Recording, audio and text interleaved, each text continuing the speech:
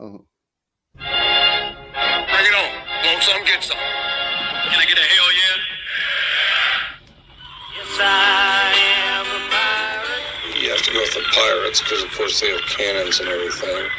It's a pirate's life for me. Be proud of who you are and what you are. You're pirate. It is a first down. Pirates. Because when you're at East Carolina, you go for it every time. When you don't coach at East Carolina, you don't come to East Carolina, you don't play at East Carolina with a weak heart.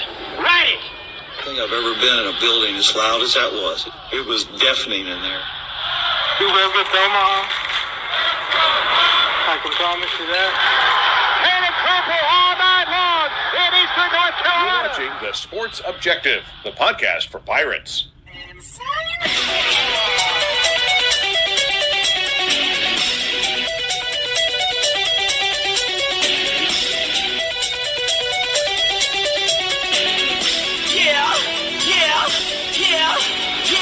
My heart is purple and gold. I'm a pirate down of my soul, and I don't back down not at all. Find out when the cannons explode.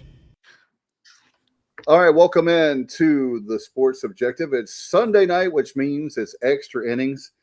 And, there's a song back in the day that said the Shirelles, my mama said there will be days like this, my mama said. And I think that's I just thought of that right when we're coming on. Welcome in to Kyle from LaGrange Barber. You all right, dude? Hopefully. Anyway, the baseball series this weekend sucked. 1-2 on the road. Did not need this to happen, to state the obvious. UAB loses this weekend. You had a chance to take farm control of first place, and you play horrible today. Yesterday, you had every opportunity. The pitching did their job, and we just don't get it done. We have no ability when things go the least bit against us. We can beat anybody in the country if we jump out on them. But if things go the least bit against us, this team folds like a whatever analogy you want to use, something cheap. We have no fight. We have no ability when we get down to fight back. It is not a trait of Cliff Godwin baseball teams over the years. It's not a trait of Pirates. It quite frankly disgusts me. I don't have much tolerance for a bunch of people that don't have any fight in them. And this team seems to not have any fight. I can't even call them Pirates because they don't have any fight. And I'm challenging them. When you things ain't going to go away, boys and girls. You've been playing baseball for a long time. This ain't your first year playing baseball. Things ain't going to go your way the whole game, every game. And when things don't go your way, quit panicking. Trust your skills. Trust your coaching. Go out there and make fucking plays. I mean, it's pathetic. This is Memphis. This ain't some great program. And we sit there, and anytime the least little thing goes against us, we fold. And it's really starting to disgust me. I don't mind losing. Losing is one thing, but just seeing you if somebody can come up, and I'm sure there's a game or two this year we've played from behind and won. Charlotte, there you go. But it just seems like if we don't jump on, we can beat anybody in the country if we jump on them. But if they get up on us, it's ball game. We have no ability to fight. None. And it's all mental. It's not skills, and these guys aren't trusting themselves. That's correct, Lowe's. We bring in Alan Vick. Alan, we'll get to the rest of the guys. Obviously, bringing Alan Vick in, and Alan, you and I have watched a lot of baseball with the Pirates, and it hurts to think that we haven't lost to them since 2015. And the fact that I know they're playing better, I know it was home, but just like Kyle said, I'm not trying to pile up on any. My question to the whole panel, and we're gonna get to everybody. But Alan, is it me or is the quality? I'll ask all of you, and we'll start with Alan. The quality of at bats is my issue, and I said before we went on the air, and I'll stick to this. This may be the most consistently inconsistent Pirate baseball team under Cliff Godwin. I don't know what to say. This team, like I said, could beat anybody in the country. They've got the talent. And then they turn around and they could poop the bed just as fast. So I mean, everybody's frustrated. I still believe in them. I still believe they could, do great things this year. But I also am a realist that if things don't go the way they whatever, they could wind up going down to Clearwater and going home early. So everything is on the table at this point. I'm going to bring in now a man of reason, Commissioner Stevie Fly from the great town of Lasker, North Carolina. And Stevie, what do you think about the quality at bats right now, bro? I mean, you remember, was it JR? Was it against Charlotte? We were talking about how they worked on the at bats, and we said they needed to, whatever they were doing that week, they needed to do that. Keep doing that. And I noticed Coach Cottrell was like, it just seemed to me like he was like really taking the effort to get with every batter and before they go to the on deck circle. And just to tell them, what to look for. And I don't know. I thought it was a working formula that was paying, Right. dividends. I did too. I'm just like you, but I'm like Alan. If these guys don't wake up, they go to the conference tournament, they may be coming home early. If they keep playing the way they have, especially this weekend. I mean, talking back and forth with Kyle all weekend about the games, it's just, I'm like Alan too. Alan's made really good points tonight. Alan, I'm gonna give you your kudos tonight. Talking about being consistently inconsistent. This is not like the ECU baseball teams in years past that we have seen, where you knew if they could get on and these guys could get on a hot streak and win the last 7 or 8 games going to the tournament like that. But the way they're playing right now, I'm not looking for it. Let's bring in JR because he is Mr. Sunshine. He's Mr. Sunshine. Yeah, you know what though? I'm going to concede that I've battled with Kyle about this whole notion that they have no fight in them. I'm starting to see his point after today. I mean, I started to see, the same thing. And Dave, I kind of fought you on quality at bats because, I mean, we have had some tremendous hitting games and we get them in bunches. But again, I said it before, there's average to below average pitchers that just learn how to shut us down. That happened again today. I mean, that dude, I think Seth Gardner, his ERA was 8.29 and he pitched, 4 innings of masterful baseball against his team, because I have a feeling that Kyle has a point that it's not that they can't do it, but when they're behind, they put extra pressure on themselves. Yes. And the game ended with the strikeout looking, and I hate that. Gosh, but here's the thing. 2 consecutive losses, 2 consecutive games, we've had 3 walks and 10 strikeouts at the plate. I mean, that you can't win like that. You cannot win like that. No, and that's bad at bats. That's what Dave was saying, and whether they have fight mentally or not, maybe they do. Maybe they're putting too much pressure on themselves. But whatever it is, it's showing up as once they get down, they don't trust themselves. Yep. They do not trust themselves. They just execute. Just go out there and execute. Do what you did. When you're 10-run rolling teams, and we said last week, we went 4-0. And this team looked like we were up to number 28 in the RPI, saying, good God, can we get in the hosting conversation? And then this week, get blown out by State, lose 2 at Memphis, and you're back to, are we going to make the regionals? I mean, this is insane. This is the most hot and cold baseball team you've ever seen. And now Rice, they're red hot coming in. Did they sweep UAB this weekend? So now they're going to be red hot coming to Greenville. We don't have a midweek game, which is good. To me, it is. Some people may disagree. You want to get the taste out your mouth. I think with our pitching situation, the less games we play, the better. But we need to at bats practice this week. I mean, we need to sweep Rice this weekend. I mean, if we want to not be in a situation where we're having to win the conference tournament, at worst, we need to go. In my opinion, we need to go 6-1 down the stretch. Now, maybe 5-2 will do it with a win or 2 in the conference tournament, but I really think for me to feel good about it, 6-1 would put us at what? 6 will be 35 wins. 20, 35 and 20. Yeah, I mean, we had a chance to get to 30 wins this weekend. That's just so annoying. Yeah.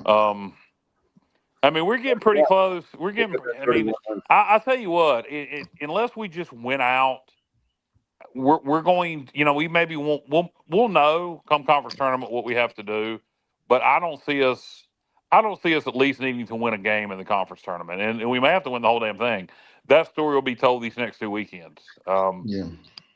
And Hey, that's we what- haven't won a home. We haven't won an away series since March of last season. Strangely That's enough, pathetic. it was against Rice in March of last year. But Rice is trying to get a bye in this tournament. They're right there, so these games are important to them as well. I love this. By the way, guys, I'm old school in a lot of things, but I have to say that I really love this new format because it's made the American Conference games in the race a lot more interesting because of that very reason, Johnny. I was thinking about that watching the game today, and my dad always says it. He said it again today. He said it's not our day. I said, I know, like everything. The guy that runs, was it left fielder that ran up, put up his hands, and the ball comes over his shoulder. He catches the ball. Not excuses, just like again talking about quality of bats. So I want to put something up that has been a lot of the scuttlebutt. So when coaches like getting mad at everybody, this is, our people, our viewers, our listeners are upset. So I'm going to put this up here from Kenny, our buddy Kenny. Sorry for noticing, but the bunt game with a potential big inning is crap. Don't care what Cliff says. I don't. You talking I about agree with Kenny. Saturday? Saturday. Yeah. I don't. There is time. I love small ball, and there's times to utilize it. Yesterday was not it. It's just and then bunting in the 8th late in the game, and with 2 outs, and it's just. Well, that was Braden, and then Davin popped one up earlier, and Davin's just. And he's our best hitter. And I don't know. Neither team could bunt. I mean, this was not a great bunting exhibition at all this entire weekend. It was terrible. We need to work on bunting this week. We need to work on 2-strike hitting this week. We need to be more selective at our pitches. Also, we need to look at, are we hitting for a purpose, or are we just swinging to swing? Are we looking to place a ball somewhere? Are we looking at what pitches are? Foul balls off until you get the ball you want to hit. I mean, we're not being selective. Yep. I heard the guy on TV several times. Well, he tried to put it in left field because there's a gap or whatever. I never have been I'm not a baseball connoisseur at all. I know nothing, but I say you hit the damn ball wherever you can hit it, however you can hit it, and don't try to place it. I think we do too much of that. I do.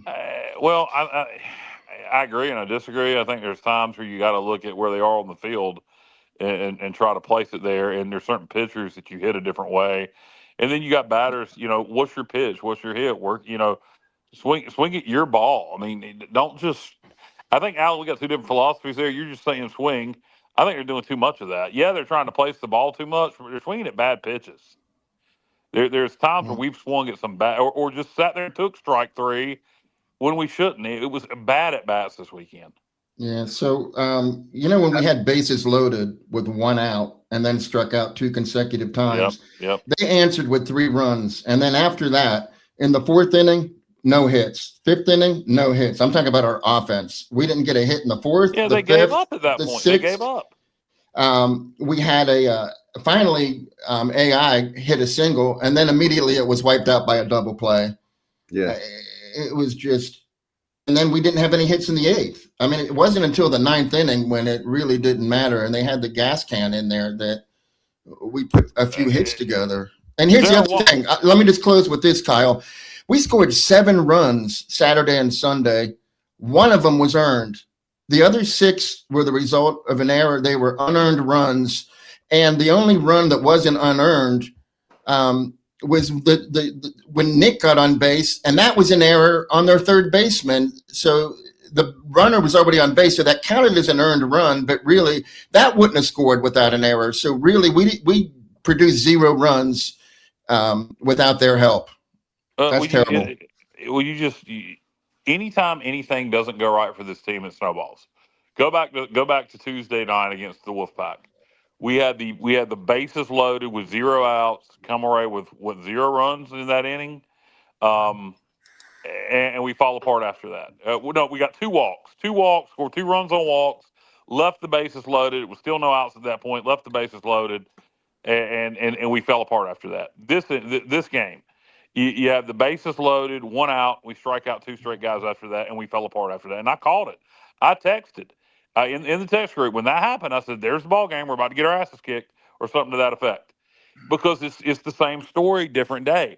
As soon as things don't go our way, we have an opportunity. If we don't produce when there's an opportunity for a big inning, if we have the bases loaded, 1 out, bases loaded, no out, if we don't produce in those situations, we get in our head. If we produce in those situations, we'll keep hot and we'll stay hot and we'll blow people out. But when those situations happen in games, bases loaded, no outs, bases loaded, 1 out, 2 on, no out, whatever. If we don't produce in those situations, we fall apart. 100%. That's the thing, guys, is that I've said this before, and I'm sure the people in Greenville may get mad, but my frustration is we know deep down, all of us on this panel and people in Pirate Nation know this team is better than the way they played. In other words, if I felt like, this is my thing, if I felt like there was a talent deficiency, like we just don't have it, then that's one thing, right? You say, well, guys, they're doing the best that we can. We just don't have enough this, that, and the other. But this year, the reason I've been frustrated is I feel like, I think, was it Alan? I don't want to throw you under the bus if you said it, but it's like we've definitely underachieved, and that's the frustration. I don't believe that it's fair. I will say this, to be fair to Cliff and everyone, I don't think it's right for the keyboard warriors that this same group of people were happy last week, we can go 4-0. And then this week they talk all kinds of trash. Like, are you a fan? Are you a real fan? Well, I'm talking trash, Dave. I mean, it's just how, if you're talking constructive trash, are you saying you want to fire Cliff, or are you being critical of Cliff? Right. It's okay to be critical. It's okay to be critical. It's okay to be critical of calling bunts with 2 outs in the 8th. It's okay to be critical of a team that showed last week they could just beat the brakes off of teams, and then this week looked like they couldn't, beat the Bad News Bears. It's okay to be critical of that. It's just, how are you being critical? If you're calling for Cliff's head, shut the hell up, because it makes you look stupid. It does. I agree with that. Dave, we need to point out, though, I'm just going to read these off. I mean, Sean Jenkins is unavailable. Will he return? I don't know. It doesn't look good. Gavin Van Kempen out. Colby Weber.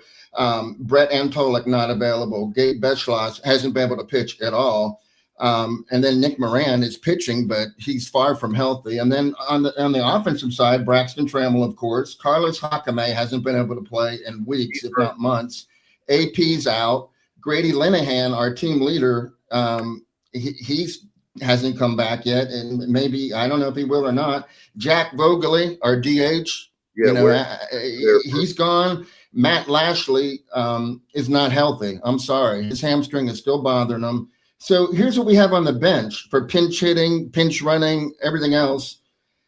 Braden Bachman, Alex Boucher, who has a real problem with striking out, and that's why he's not seen any at-bats. He's literally just lost at the plate lately.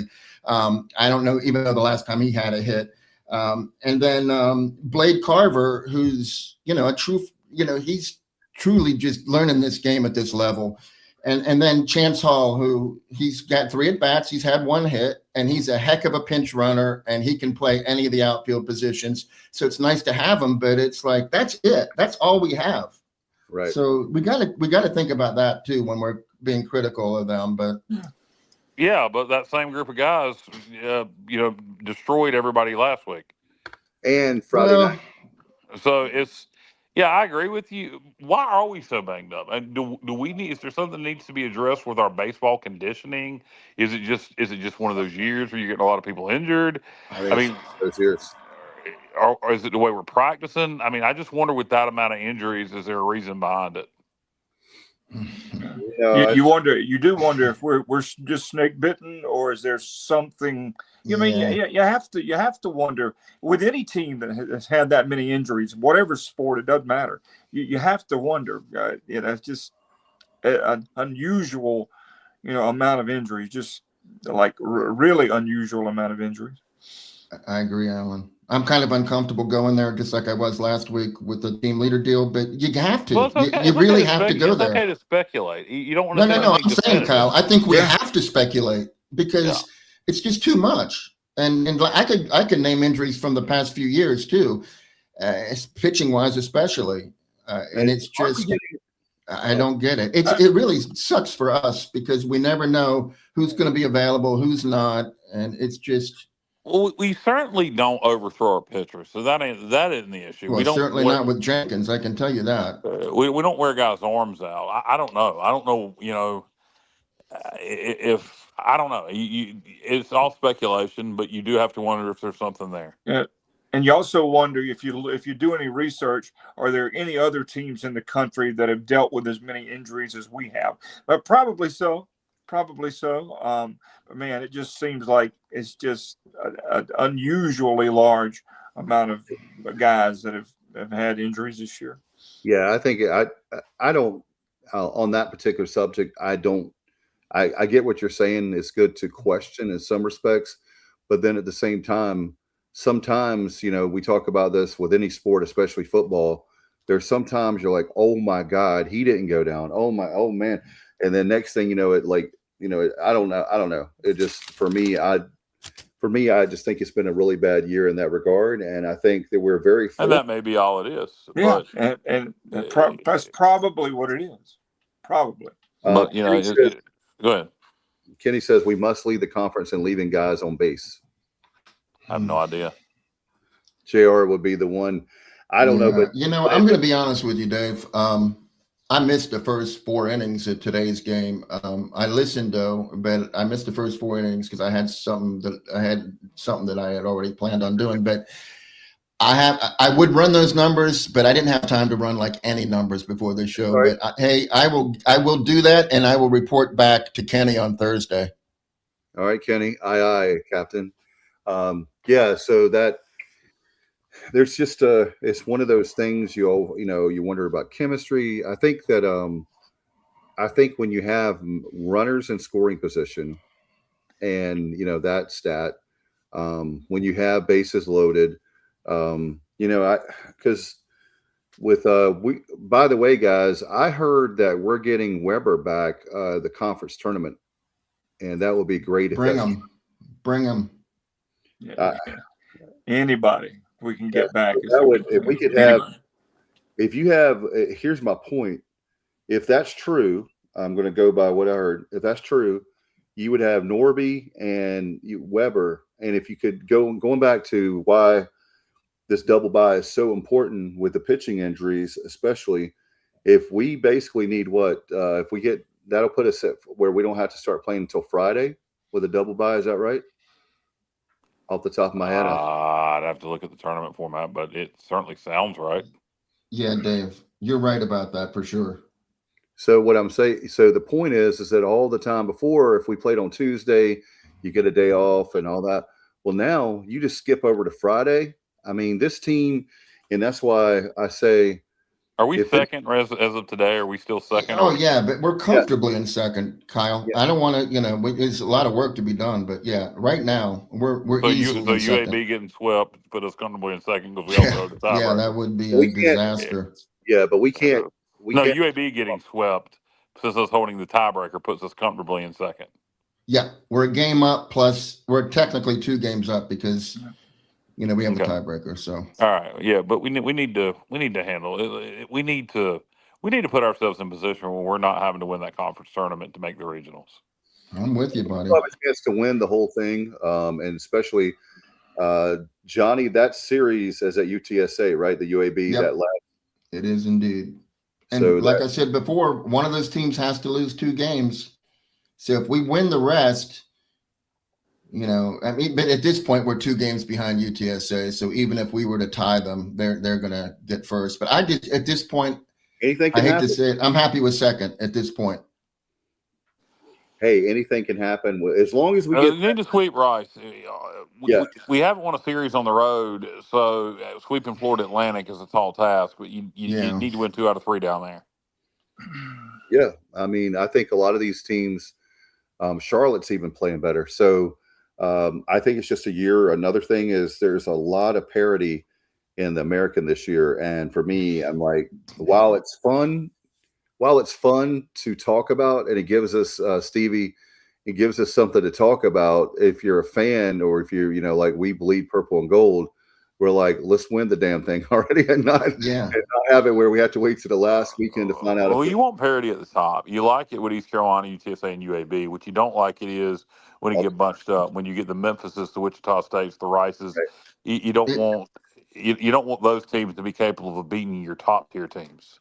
Yeah. Hey, Dave, just to prove your point, because that's an excellent point you just made. So Rice would be the fourth team, which would give them, a single bye, and they're 11-10. And then Wichita State, Florida Atlantic, and Memphis are all 10-11, trying to catch Rice for that spot. But there's also only 8 teams go to this tournament, so 2 get left at home, and there's 3 teams, 8-13, Charlotte, South Florida, and Tulane. So those 3 are, one of those teams is going to be able to go to Clearwater. The other 2, will not. So it's all It'll be around. Tulane, and they'll make it to the finals. Yeah, we don't want to see Tulane in Clearwater. I know. Anybody but Tulane. We love you, Corey. Nothing personal, but just the 2 teams out there. But yeah, you're absolutely right. That Clearwater, and I tell you another thing is that Clearwater tournament is going to be amazing. I think it's going to be great, and especially if we can find a way to win it. And Alan, you and me one day, maybe Kyle, the whole team, we could be out there in Frenchies having a fun time in left field. I would love to go to Frenchie's and have a good time. That's on my bucket list. At some point, like I told y'all a few weeks ago, I have a friend that goes every year, and he's like, "Hey, come with me. Come with me." My work schedule just hasn't worked out, but I'm going one year because I think that would be a fantastically fun trip. I love the fact the tournament is down there, and that's a great area. The Tampa, Clearwater, St. Pete area is beautiful and lots to do. Bubba mentions, what's up, Bubba? Rowe. Tulane got swept at Charlotte this weekend. That's what I was saying. Charlotte's playing better now. I mean, Charlotte is playing better. Well, Charlotte's supposed to be pretty good this year. They've achieved big time. I know. I'm just saying that they're getting hot here late, and maybe, again, stranger things have happened. Maybe if we find a way that we can sweep Rice, that'll be, and Alan talks about it. Alan, are we going to play? You think we're going to play the Campbell series, the Campbell game? I'd say 60-40 right now. Yes. So in other words, the only way we would not play it is probably right now. My thinking is, if it rains, we won't make it up. Yeah, I mean, you never know weather this time of year, what it could be. But I think if the weather is cooperative, I think we will play that game. And hey, Campbell's quietly not had a bad year at all. No, they just swept. I know they're horrible, but they did sweep North Carolina, AT&T. You look at their conference record. No, you had it right the first time. What did he say? AT&T. He called them North Carolina, AT&T. Campbell just swept. I can never think. I can never. Was it AT&T or Central that we lost to in football? I can't remember. A&T. It was Bill South. It was A&T. A&T at that time was dominating the HBCU. They had just won the so-called the HBCU national championship. They had gone undefeated, and they came in here and beat us on a Sunday. Yep, I remember that because I sat in the midst of some A&T fans that day on that beautiful Sunday, and boy, they were jail. That was their Super Bowl, for sure. Yeah, well, and the thing about Scotty should have been fired on the field that day. Agreed. Kyle, you remember, Kyle, that was the podcast early on. That was our first year. Oh, it was our most listened to for a while. That is the podcast that really we had our podcast in July, and that sort of. And then that A&T, I would say podcast party is what you're trying to say in July. Yeah. The A&T game. Well, it got shared. It went viral because of A&T. They started sharing it on their social medias because we were so over. Me, all of us, me most especially, was way over the top. I remember after that game, I wanted to. I threw a fit. I mean, y'all should have seen me leaving that stadium. I act like a toddler. It was. I was livid. If you know, if I could have gotten near Scotty Montgomery that day, I don't know. It would have probably not been I'm good. glad that you didn't, because I'm glad that you're still in the podcast. I guess, can you stream podcasts in jail? I don't know. Maybe if you get a cell phone in there. Recreation time will allow you to, probably do that. Maybe y'all remember, we gotta go. I want to go. Hey, Dave, is that archived somewhere? Yes, probably. Yeah, on audio format. Yeah. Yeah. I remember. I don't know. Go ahead, Al. No, I'm sorry. I was going to say, we knew that show, after we lost, there were a whole bunch of people listening, and you know how people love football, but, and Kyle's tired of me talking about it, but I wanted him fired in Memphis on the tarmac when I had the 2017 game. Oh my God. The end of that season, I was like, I'm sorry, I'm done. And then when I was done with him. I remember people thought I was crazy as hell. Season 1 under Scotty Montgomery, when we lost to South Florida in Greenville, I called in Pirate Radio and said, guys, I think we made a mistake. I ended at the end of the season, and I think by the end of this season, you guys are all going to agree. And oh no! And then the Temple game at the end of that season, I said, I guarantee you, next year to start the year, 5-star Lockett, we're going to lose to James Madison. Yes, you did. I wanted him gone then. There's certain things, if you know what you're looking at, there's certain things you can just tell that it's not going to get better. And I knew midway through year 1, it was we made a mistake. Hey, I knew when we made the hire, quite honestly. We started 2-0, and he could have run for mayor for a week there. That South Carolina game. I knew it wasn't going to last. Yeah. I don't know what happened that South Carolina game, but Jesus, like in 2016. To me, that was the beginning of the end for whatever reason. If we had beaten South Carolina and started 3-0, things may have gone a different direction, but we didn't. Yeah, guys, fumbling the football. I mean, there was like 100. I mean, 100. The problem is simple. He's fine at game planning. He doesn't practice. He was a horrible practice coach. They didn't practice. They did walkthroughs, and after you got to practice. You got to practice red zone. That's why you turn it over in the red zone. Defense is stiffing up, particularly against the SEC. So you got to practice red zone offense. You got to get in there and be physical, and he wouldn't do it. And as Rick Smith said, hey, you got to do it live. And by the way, we got to get Rick on the show. I talked to Beth. She is a nurse at my surgeon that I've had repeated surgeries with. I'm about to have a third hernia surgery. She's a nurse there, and I talk to Beth every time I go in there. I check in with how Rick's doing, and anytime we want to have him on, she says he's willing to come on. So we need to get Rick up here sometime and talk a little football. What a super guy! What a super guy! When he was on Pirate Radio, he says, when you can't run the football and you can't stop the run, you're probably going to lose the game. And I was like, that's as simple, break it down as easy as Sunday morning. And I love that. I'll never forget that when he was on Pirate Radio. But yes, we will get him back on. It's a great idea, Kyle. Definitely love to have him on. And I tell you what, you talk about that we're talking about baseball. We'll get back there now. But it's funny, isn't it? Like when your back is against the wall, and then all of a sudden, like it seems like this team needs to be like Baby in Dirty Dancing. Nobody puts Baby in the corner. Like we got to have it where those guys are going to have to like. What would you do? Like if you. Stevie, as Dave references Baby Dirty Dancing, you better not put us in the corner. Stevie, you know what we need?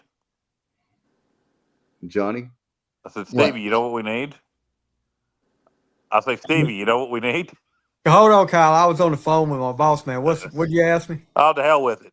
You done messed it. You ruined it now. What'd you ask?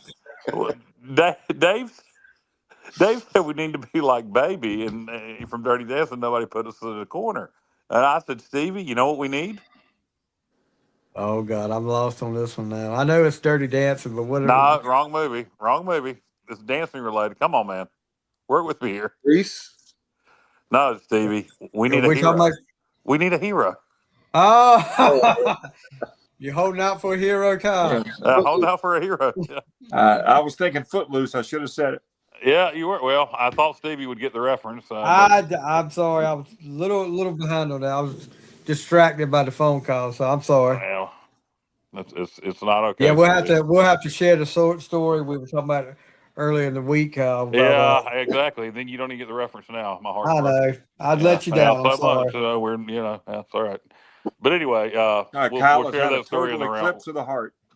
We'll share that story in the round table. But no, we. Oh no! Hey, Alan, while you're on the Bonnie Tyler today, this weekend. Speaking of Bonnie Tyler songs, the first one I remember, 78. It's a Heartache. Mm-hmm. How did we get to Bonnie Tyler? I'm the hero. Holding out for a hero. He did the Footloose song. And then Alan said Total Eclipse of the Heart. And I said, while you're on Bonnie Tyler songs, you might as well go to the back. The first one I remember, I think it was 78, Alan. Was that right? Correct. Yep. It's a Heartache. It's a heartache. Like, it's a heartache. Nothing but a heartache. Everybody thought it was Rod Stewart when it came out. Yeah. Hey, Dave, since you brought her up, I think my wife actually. I think my wife is listening. Hold on, Kyle. And we went out in the country one time, and we went to a field party, and they had a barbershop quartet, and they were like playing, these four dudes were like, they were just doing the barbershop quartet thing, and they were taking requests, and my wife asked them if they knew any Bonnie Tyler, and I'd never laughed so hard in my life. And that barbershop quartet doing It's a Heartache. I can't imagine that. That would be difficult. Yeah. Hey, before we wrap up baseball, we got to give props to Mr. Ryan Towers. Yeah. He set a season high innings pitched. He pitched 7 innings, a season high strikeouts with 10. His previous was 5, and then a season high with pitches. Before his 84 was his high, and I think he threw 105. And in his last 3 appearances, he's unhittable. 15 innings, 7 hits, 0 earned runs, 4 walks, and 17 strikeouts. So, I mean, if we have him going forward, it makes me like, and Kyle, like you said, the fact that we don't have a midweek game is huge, and I love it. And it's going to help because Ryan's going to, that we only have to worry about 3 starters instead of 4. And I just feel like Ryan's ready to be one of those guys for sure. So I just wanted to throw that out there because he was amazing on Friday night. Are we going pitcher of the week with him? I take it. I have to. There's nobody else. Yeah. Well, what about player of the week? Ooh. I don't know. Nobody. Alan said consistency. Nobody was really consistent. I mean, Jack's amazing with the fact that he keeps getting on base, and he's doing it a lot through walks. He has 44 walks on the season, which is like 21% of our team walks is Jack's responsible for it. I don't know that anyone's ever done that before, so maybe we give it to Jack just because he's got the streak. He's keeping that thing going, and he's getting on base.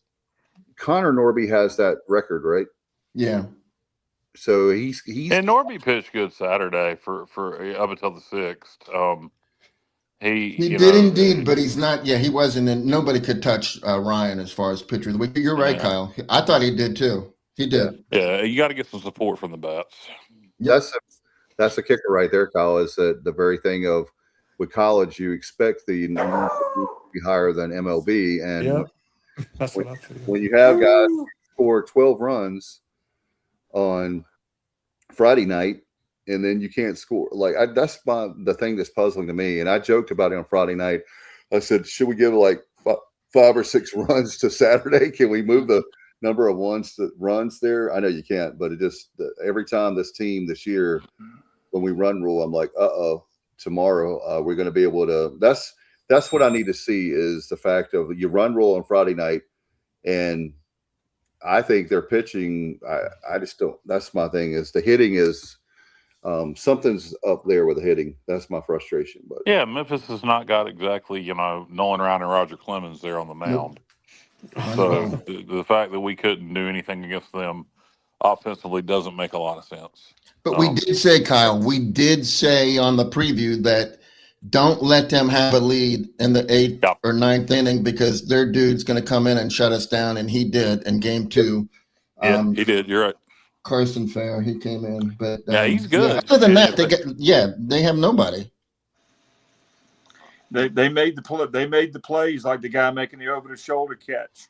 I mean, and just that when it snowballs for us, the other team looks like the 56. How much is this going on the road? I don't mean to cut you off, Alan. How much is this going on the road? We're not what we used to be, apparently, at least, injuries and from a mental standpoint. And how many of these teams are making this their Super Bowl in conference? I mean, you got to figure because we've dominated so many teams. We're going on the road, or we're going into environments where teams are getting fired up to play us, and we're not a good road team. We are not a good road team at all. As JR mentioned, we haven't won a road series since last March, and that's bad. But Bubba corrected me. I was looking at road sweeps. We did. Bubba pointed out we did win a road series in April, I think, against UAB last year. So that I was 1 month off there. Yeah, but we sucked on the road. It's been a year. So yeah, it's time to focus. It's time to get down and dirty and just beat the hell out of Rice, and win the Campbell game, and then just destroy FAU. And sure, that'd be great. Boy, it's come to Jesus meeting time. Gentlemen, player only. I'm not a coach. I've never coached anything in my life, but if I was, this would be when I get back to Greenville. It's guys, this is it. We can't. This has got to happen. I mean, I don't know what you do. I mean, because again, I'm not a coach, but if I am a coach and a team leader, this is it. You got to figure out a way to turn this thing around and make it happen now, or you're done. We're riding the ship. What you'd like to see is a players only meeting, and they get it squashed out. Yep. Yeah, you'd like to see the players take a little initiative to get things done instead of the coach having. Well, the coach is there to do that, but players they've got their role too. Yep. And I think Cliff has been accountable. The fact of the matter is, there's not making excuses. The fact of the matter is, I truly believe that Cliff and the coaching staff and everybody is putting them in the position to win. Easy for me to say. The problem is, it comes down to the E word. It comes down to execution, and going back to the at bats. I mean, that's why I say the inconsistency has to be the quality at bats, in my opinion, because in other words, the talent doesn't happen overnight, right? We have the talent.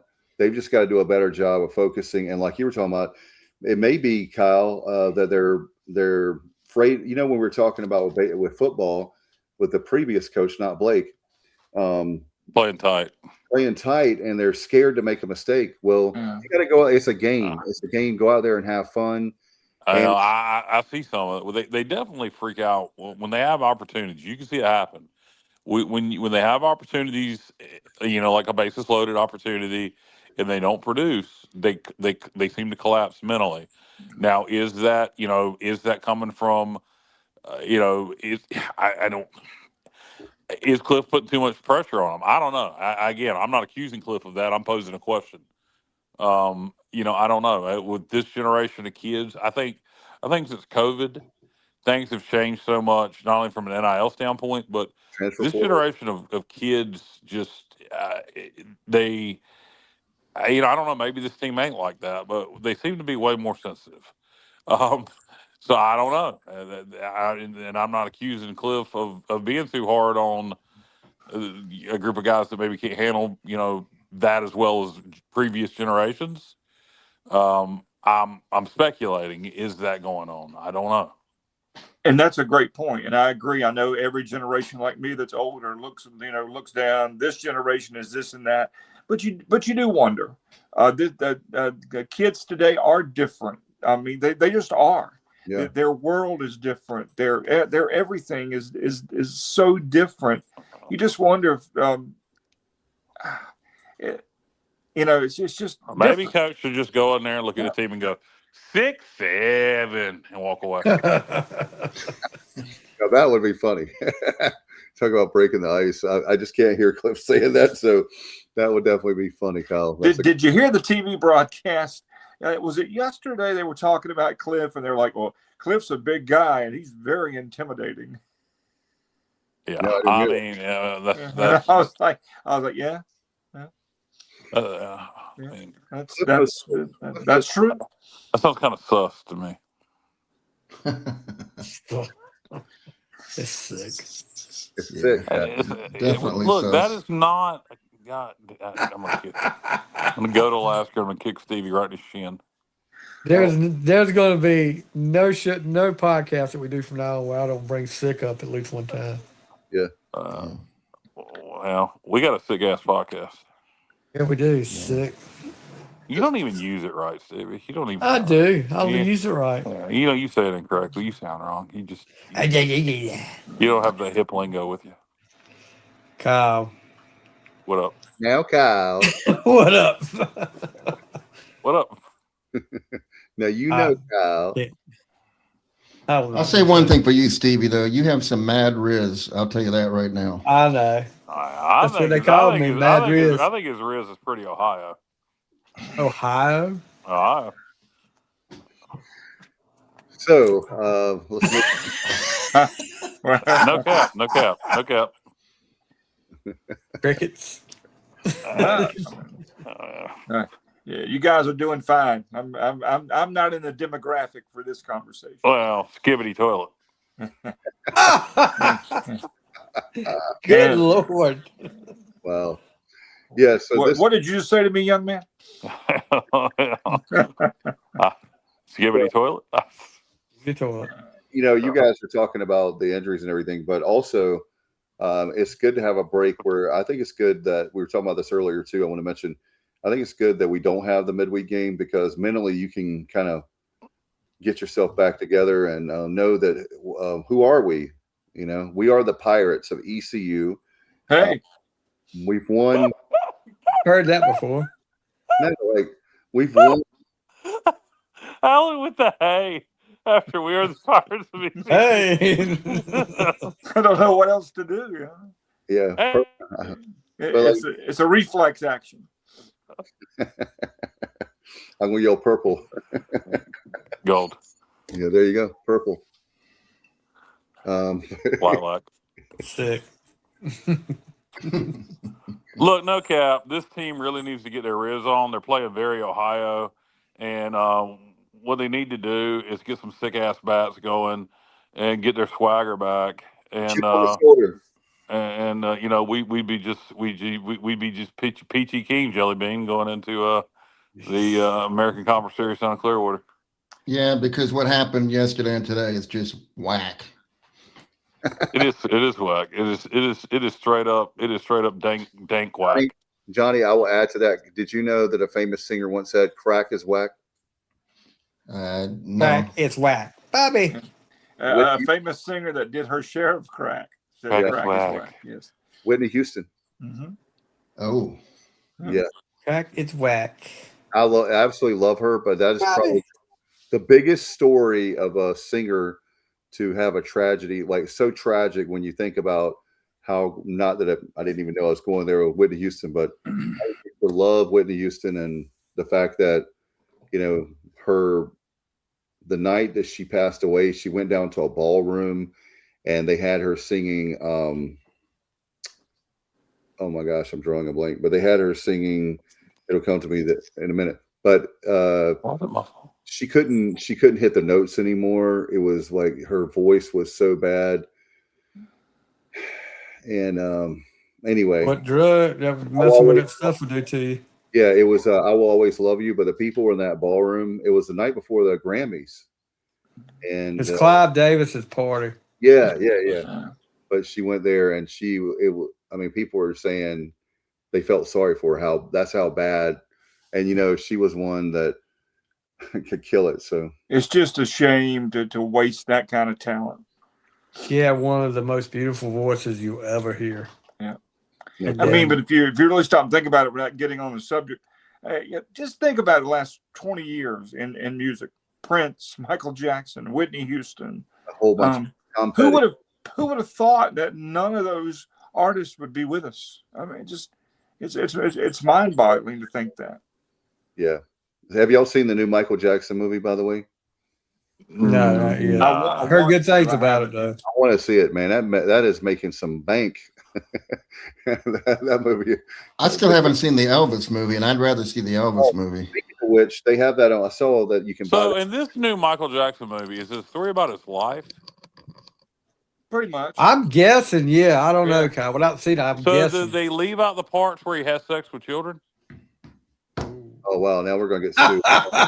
Hey-oh! I mean, you know, people just seem to forget that about old MJ now. That you know, unless you just don't believe it happened. Now, if you don't believe it happened, now that's a different story. I mean, I don't know one way or the other, but there never really has been definitive proof that it did happen. Right. I mean, they're just for yeah, whatever I mean, reason. but I don't have children come sleep in my bed, you know, for sleepovers. I mean, I Yeah. agree. I totally I agree with you, Kyle. I think that's a situation. I will say this. I think the reason why there's blurred lines, I think that this is my theory. I don't know. I could be dead wrong. I think Michael Jackson was an adult when he was with the Jackson 5. And then once it was like the reverse, like a case of Benjamin Button. It's the reverse. He was like an adult and then he became like childlike as time went on. Well, he maybe never he had was forced to be an adult. He never had a childhood. Right. He never had a childhood. So what I'm saying is, like Alan's saying, I can argue both ways, like that it didn't happen, that it did. I think that his mentality was like I said, his dad pushed him to the point, Joe Jackson, not the singer, the dad of Michael Jackson, who he literally pushed them so much that, you know, what was he, 6 or 8 years old when he became a star? I mean, somewhere around, I can't remember the exact. He was very young. Yeah. Yeah. So he didn't really have a chance to really be a child. And I'm not making excuses if he did it. And, you know, I'm not making excuses for that. Joe was a tyrant. And, you know, he was just. You know, you got people like Macaulay Culkin who says he didn't ever do anything to him. But would he have done something to Macaulay Culkin? Well, you know what Macaulay Culkin said? He saved him from going to, what was that island? To Epstein? Epstein Island? Yeah. I didn't know that. Oh, wow. Yeah, he sure said it. He sure came out and said it. Wow. People that were loyal to Michael, like Macaulay, I mean, they stayed loyal, you know, completely the whole time. So is it weird that he had children? And absolutely inappropriate behavior. But that doesn't mean that was necessarily. No, there's a big difference between being weird and doing, you know, molesting a child. And that's, you know, we'll never probably ever know. And that for Michael sure. didn't know the difference and didn't realize how wrong it was to, unless he was so childlike that he couldn't see. He's very see the difference. We didn't know the difference in what, Alan? What are you saying? Well, I mean that it's not correct. That it's not correct or right to have a child in your bed as an adult man, regardless if you never lay a finger on him. There's just especially if it's not your child. I mean, there's just something inherently icky about that. Well, yeah, I agree. It ain't a good look, but there's still a big difference. I mean, it's just, I don't know. It's weird. The whole, I mean, we're talking, I don't know. I've always kind of believed he did it. He did it, but you never know. What I would love all the kids that accused him of it. You'd love to have them on a polygraph. Not that polygraphs are very accurate, but that's the only way you're ever going to find the truth. Is if all of them come out and say nope, never happened. Parents made us do it for money. Right. Otherwise, we're never going to know. Right. Yeah. And if something like that happens, if kid's old enough, he can say on January the 5th, 1991, this, and this. I mean, yeah. And that's what hasn't happened. Yeah. Hey, how about his kids? How are they? I mean, I don't know. Are they somewhat normal? I have no idea. I'm not You following. don't That was a really see a limelight. lot about them. I You were mean, seeing the daughter and yeah, Prince. and then Prince a little bit. I don't Blanket. I don't know whatever happened to him. blanket. Blanket. You remember the South Park episode? Yes. Mr. Jefferson and Blanket. Oh, that's ignorant. Don't be ignorant. Well, Lisa Marie Presley said when they were married, early in You're their being marriage, ignorant, Stevie. Stop being ignorant.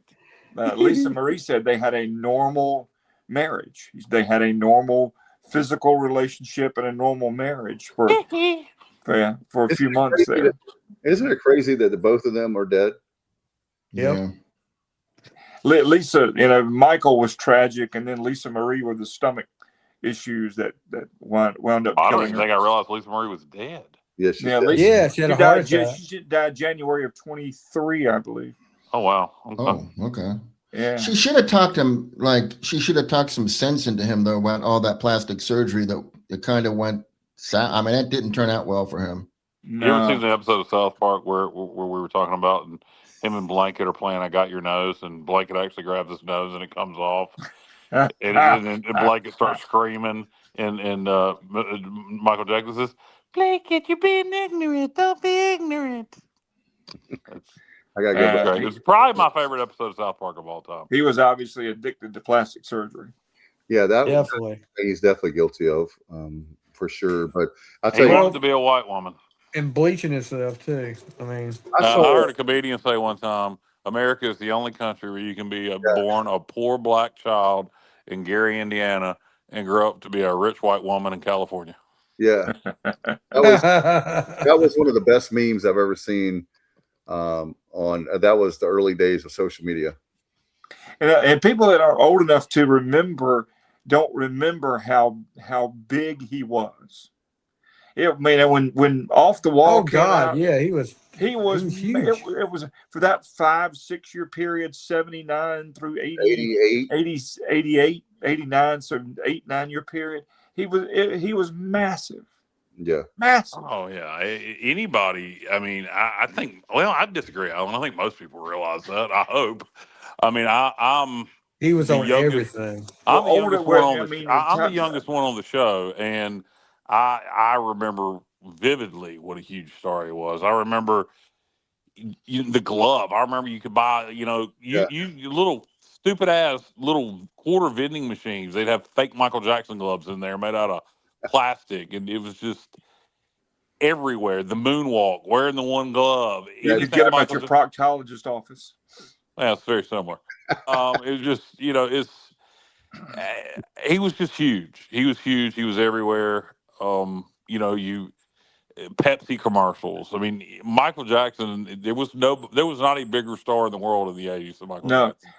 And Bad, and to me, Thriller. You're never going to top Thriller, but Bad was a tremendous album. It was, but it didn't. Like you said, it didn't touch Thriller. Yeah.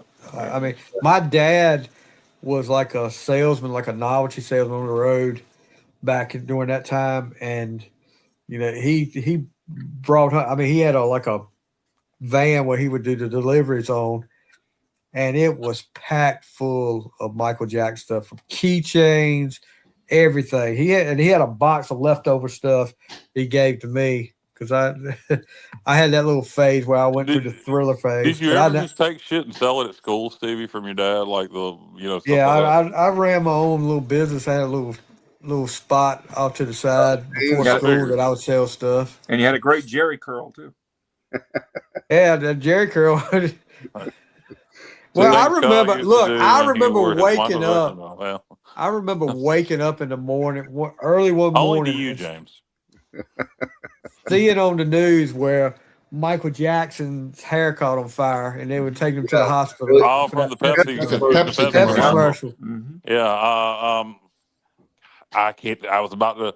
There was a little rhyme we used to do in school, but I was about to do it. But there's a worm. There's a worm. What in the world? There's a word. There's a word in there you can't say anymore. But I remember when he got in the burn at the Pepsi commercial. I'll leave the word out. It used to be Stevie. You remember this? JR, Dave, you might. but we went I pledge allegiance to the flag. Michael Jackson, gosh. can't say that word. Pepsi Cola, burn him up. Now I he's drinking remember it. 7-Up. Yeah. Yeah, I do remember it. And he got burned substantially. He did. He got seriously burned. A lot of people trace his painkiller issues Exactly. back to that. Yeah, his scalp got burned badly. I didn't know, guys, that because I really like that Victory. I like that Victory album too with the Jacksons. Mm-hmm. But apparently that tour did not sell well, and so they can't. Well, you know who the promoters were for that tour? Don King. Don King, and what's the what's the other guy's name? Vince McMahon. No. No. Gosh. Boxing promoter? No, he's a political activist, but he's Jesse Jackson? Close. What's the other guy? Sharpton. Al Sharpton. Yeah. Don King and Al Sharpton. Otherwise known as the Hair Gang. And let me tell you, because they had such, the Victory Tour and all that. You remember the R&B group New Edition? Oh yeah, sure. They interviewed Sharpton and King to do their tour, one of their tours, and said that Don King just say that Don King is the greatest ever, and you're gonna sell 1 million tickets to this tour. So they said, no, we're gonna go another direction with that, because he was all about it. Just Don King this, Don King that. Wasn't about New Edition. But yeah, Don King was a self-promoter. We gave away early in my radio career a Jackson's Victory Tour satin jacket. Wow. He had to be. I remember the Pepsi cans. Yeah, Steve had to be caller number 94 because it was 94.3. And good Lord. And an ex-employee that worked in the radio business for a couple years and was a complete goofball. I could tell you the story. Won the jacket legitimately. He was caller number 94 and won the jacket. Nice. Well, good for him, I guess. Yeah, he won. But that was legit. Remember the big hit off Victory? There were several singles, but the big hit was State of Shock with Mick Jagger. Yeah. Torture was a second single, right? Torture, Body.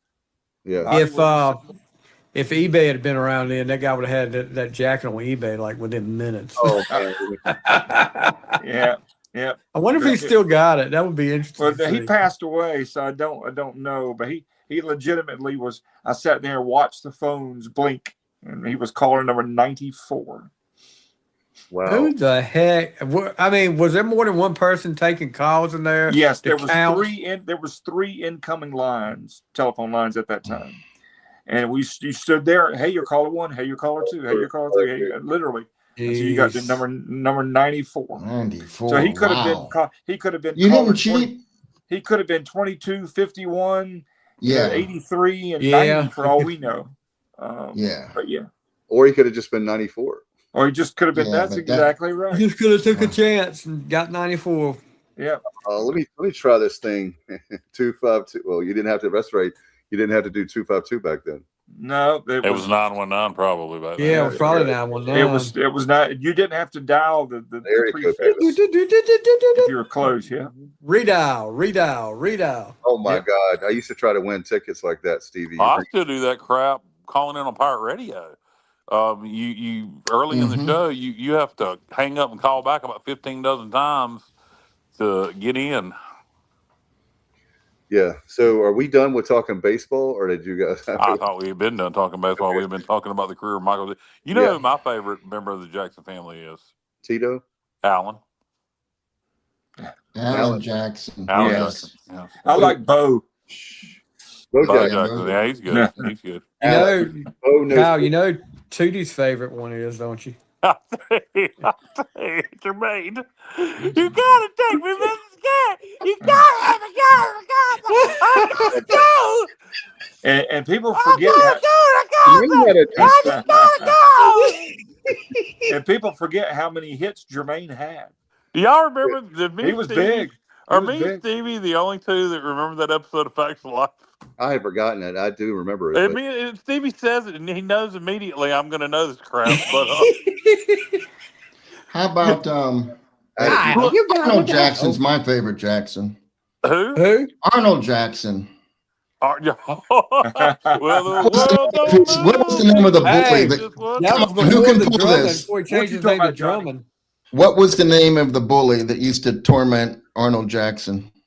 Oh God. What was The Bicycle Man. No. Dudley's dad. The Gooch. The Gooch. Yeah, That's right, the Gooch. Gooch. Yep, Yes. Is that when he brought Mr. T with him? That was a more than one episode, but yeah, Mr. T did. Yeah, and we have a Arnold county in dressed up like Virginia Mr. called T, too, like Goochland Mini County, T. and every time I drive through it, I think of Arnold Jackson. The Gooch. I hated those. That's one thing I hated about shows back then when they had a two-parter that you continued. I'm like, you got to be kidding me. You had to wait another week. Yeah, but the episode we were talking about with Jermaine. So I don't really know what they were trying to prove with the show, but Tootie was. I don't know obsessed- what the lesson was supposed to be. I don't either, but Tootie was obsessed with Jermaine. She was his fan club president, remember? Yeah, locally, yeah. he tickled her fancy. And then so like he's coming to the concert and Tootie, I got it, Alan. there's some reason I didn't. There's some reason she can't go. And she freaks out like the biggest meltdown you've ever heard. I gotta go. And then finally Mrs. Garrett is like, Well, I'll take you. yeah, I'll go. God, just shut the hell up, Tootie. I don't know. Man, I could have gone the She rest. could have just roller skated there, Stevie. She probably did. Yeah, it's probably- Well, Blair. Yeah, Blair had she had the Hey, she had the jelly. So She had to look, wait a bring the minute. jelly bean melters with them, Kyle. So this is for special. This right here, this is a treat for the listening audience, is what this is. And I mean, JR, you've never heard this, and Alan, you've never heard this, and Dave, you've never heard this. So this is going to be a treat. God. So I want everybody to mute their mics, except for Stevie Fly. No, I'm not doing that, Kyle. And so Stevie is going to give us his rendition of I Mrs. can't Garrett do it. singing the Facts of Life theme song, the original version. No, Kyle, I All ain't right, doing Stevie, that. on 3. 1, a 2, a 3. Look so what you care about the facts of life. You got to do it. No, we didn't hear the beginning. You got to do it. I did do it. I did the whole We didn't thing. hear it at the beginning. You weren't singing loud enough. I did. All right, that's it. You won't get but one Mrs. Garrett a day. God damn it. You got to do it like you do it. It's just me and you on the phone. We're going to have to record it one night, then we'll have to play it back. Do it for This is Charlotte the Gray, intelligent come on. conversations me and Stevie have. Oh, with each gosh. other. If they Can we knew do the let's do a conversation. round table. We need to do a round table because we're losing listeners and viewers. And also, Well, that Stevie would have just went ahead and sang. Well, see what happened, Kyle? When I sang, we started losing people. no, it was before. But anyway, let's talk about. I want to give a shout out, by the way, to Shane Winkler, the ECU softball coach. Got his 500th win today. They swept. How about that? They swept the Roadrunners. So, and by the way, I saw 2 of his players live on TikTok getting ready for their game the other day. They were playing at Tulsa. And they were doing their makeup and their hair as if they were about to go to a prom, and in their softball uniforms. They had a lot of viewers, most of them male, live on TikTok. And I asked them, I said, "Do you guys think?" I don't remember what 2 players I use now, but I used 2 ECU baseball players. And I asked, baseball players doing makeup. Huh? You said baseball players. Yes, correct. I asked the 2 young ladies. I used 2 baseball player names. And I said, "You guys reckon they spend as much time getting ready before their games with their makeup and hair as you guys do?" And their response was, "They probably should because they haven't been playing that well lately." Oh, shot fired. Wow. Okay. All righty then. Yeah, that was a couple weeks ago. So. Yeah. So they swept. And by the way, if you're in Greenville this week, we've got the conference tournament. It's going to be played at the Max. So that'll be I'm going to be there. And Wednesday, Alex, Thursday, Friday, Saturday, right? Yep. Johnny Johnny, played where? And Max Joyner. Oh, at the Max. Okay. Is Zach Max, Kelly going to be there? Yeah, I was going to say Zach Moore's going to be there too. Yep. Kelly? Yep. Are you excited, Kyle? I'm so excited. If Kelly's going to. I'm so scared. Oh, man. Alan, are you going to be there? I may try to catch a game or two. My daughter is graduating college on Thursday, right. by the way. Oh, congratulations! Yep, getting her master's degree. Yeah, so we'll be in Greensboro Thursday. So I know I know this is heartbreaking for everybody, but I will not be on the program on the podcast on Thursday. But I shall return a week from tonight. Does she go to UCG? Okay. Yes. She's a Spartan. Congratulations to her for being Thank you, sir. She's like I say, she's got her mama's looks and her mama's brains. Thank God. And remember, Alan, you're supposed to report back to us when you go to Greensboro to see if you can find any purple. That's right. We're apparel. gonna go and look for. Hey, I did it again this weekend. I was in a couple of stores, not a smidge of purple. I'm serious. None. Zero. T-shirt, sweatshirt. Hey, Alan, nothing. you need to start. Go to City Trends. You and Kyle could start a business about any kind of like shirts, polos, shirts, any kind of dress shirts, anything that's purple, and polo shirts. So you're looking for purple shirts that No, are not I was ECU just related. making a statement. You go to your normal, out sporting good outlets, Kohl's, whatever. You don't see much purple clothing. You mean it's not ECU related? You don't see much purple anything. It doesn't have. Well, you to be see plenty ECU. of purple ECU. Yeah, well, if you go to UBE and places like that, yeah, obviously. But if you go to Dick's has a nice selection of ECU stuff. Academy normally really does. They have an ECU. No, I think Alan's point is if it's not ECU related, there's no purple anything. Right. They have there's no purple ECU stuff either. No, they have a very cool ECU baseball T-shirt in Dick's Sporting Goods, by the way. I almost bought one. It's pretty neat. It looks pretty good. I love UBE. Man, that's UBE or is it you? That's a great store. James had a question for Alan. Post it up. I can't hardly see. Somebody's got to read it to me. Is her mama hot? It's Jamie hot. Jamie has lost 52 pounds doing East Carolina weight loss. So, yes, not just because she's my bride, but yes, Jamie is an attractive lady. Yes. Good. Yes. And I'm glad, James. I'm glad you. Wait a minute. What is Alan supposed to say? No, she's very. No, James. Yes, my wife is. My wife's not ugly. Okay. James, I'm proud of you for asking if his wife was hot, not his daughter. Yeah, James, appreciate it. Thank you for not going there. I appreciate that. My daughter's pretty, and I'm not just saying that my daughter is pretty. I told you she looks like her mama. Well, it's good. I'm glad she doesn't like you, Alan. Thank God for small miracles. Oh my God! Did you guys? Here's a question for you, non-EC related. Did you watch the Kentucky Derby? Do you care? Nope. I care, but I saw none of it. I saw the replay of it, and I thought it was pretty cool. Tempo? What is it? I forgot what it called. Yeah, come from the back, and won. That was pretty cool. Yeah, woman trainer has never won the Kentucky Derby, so that was the first on last night. Mm-hmm. And the thing that gets me is they said they have sold over 100,000 mint juleps, and I'm just jealous. I would like to have 1% of whatever that. I don't even know how much the mint juleps are, but 100,000 mint juleps. I'm like, man, that's a lot to me. I didn't watch today or yesterday, but I normally do watch. And I make my own mint juleps. I don't care about horse racing. I got a metal cup and everything. It's funny to watch a lot of people dress up. They have nothing to do with horse racing or the Kentucky Derby, but they dress up in the hat and all that stuff, and they go to parties locally.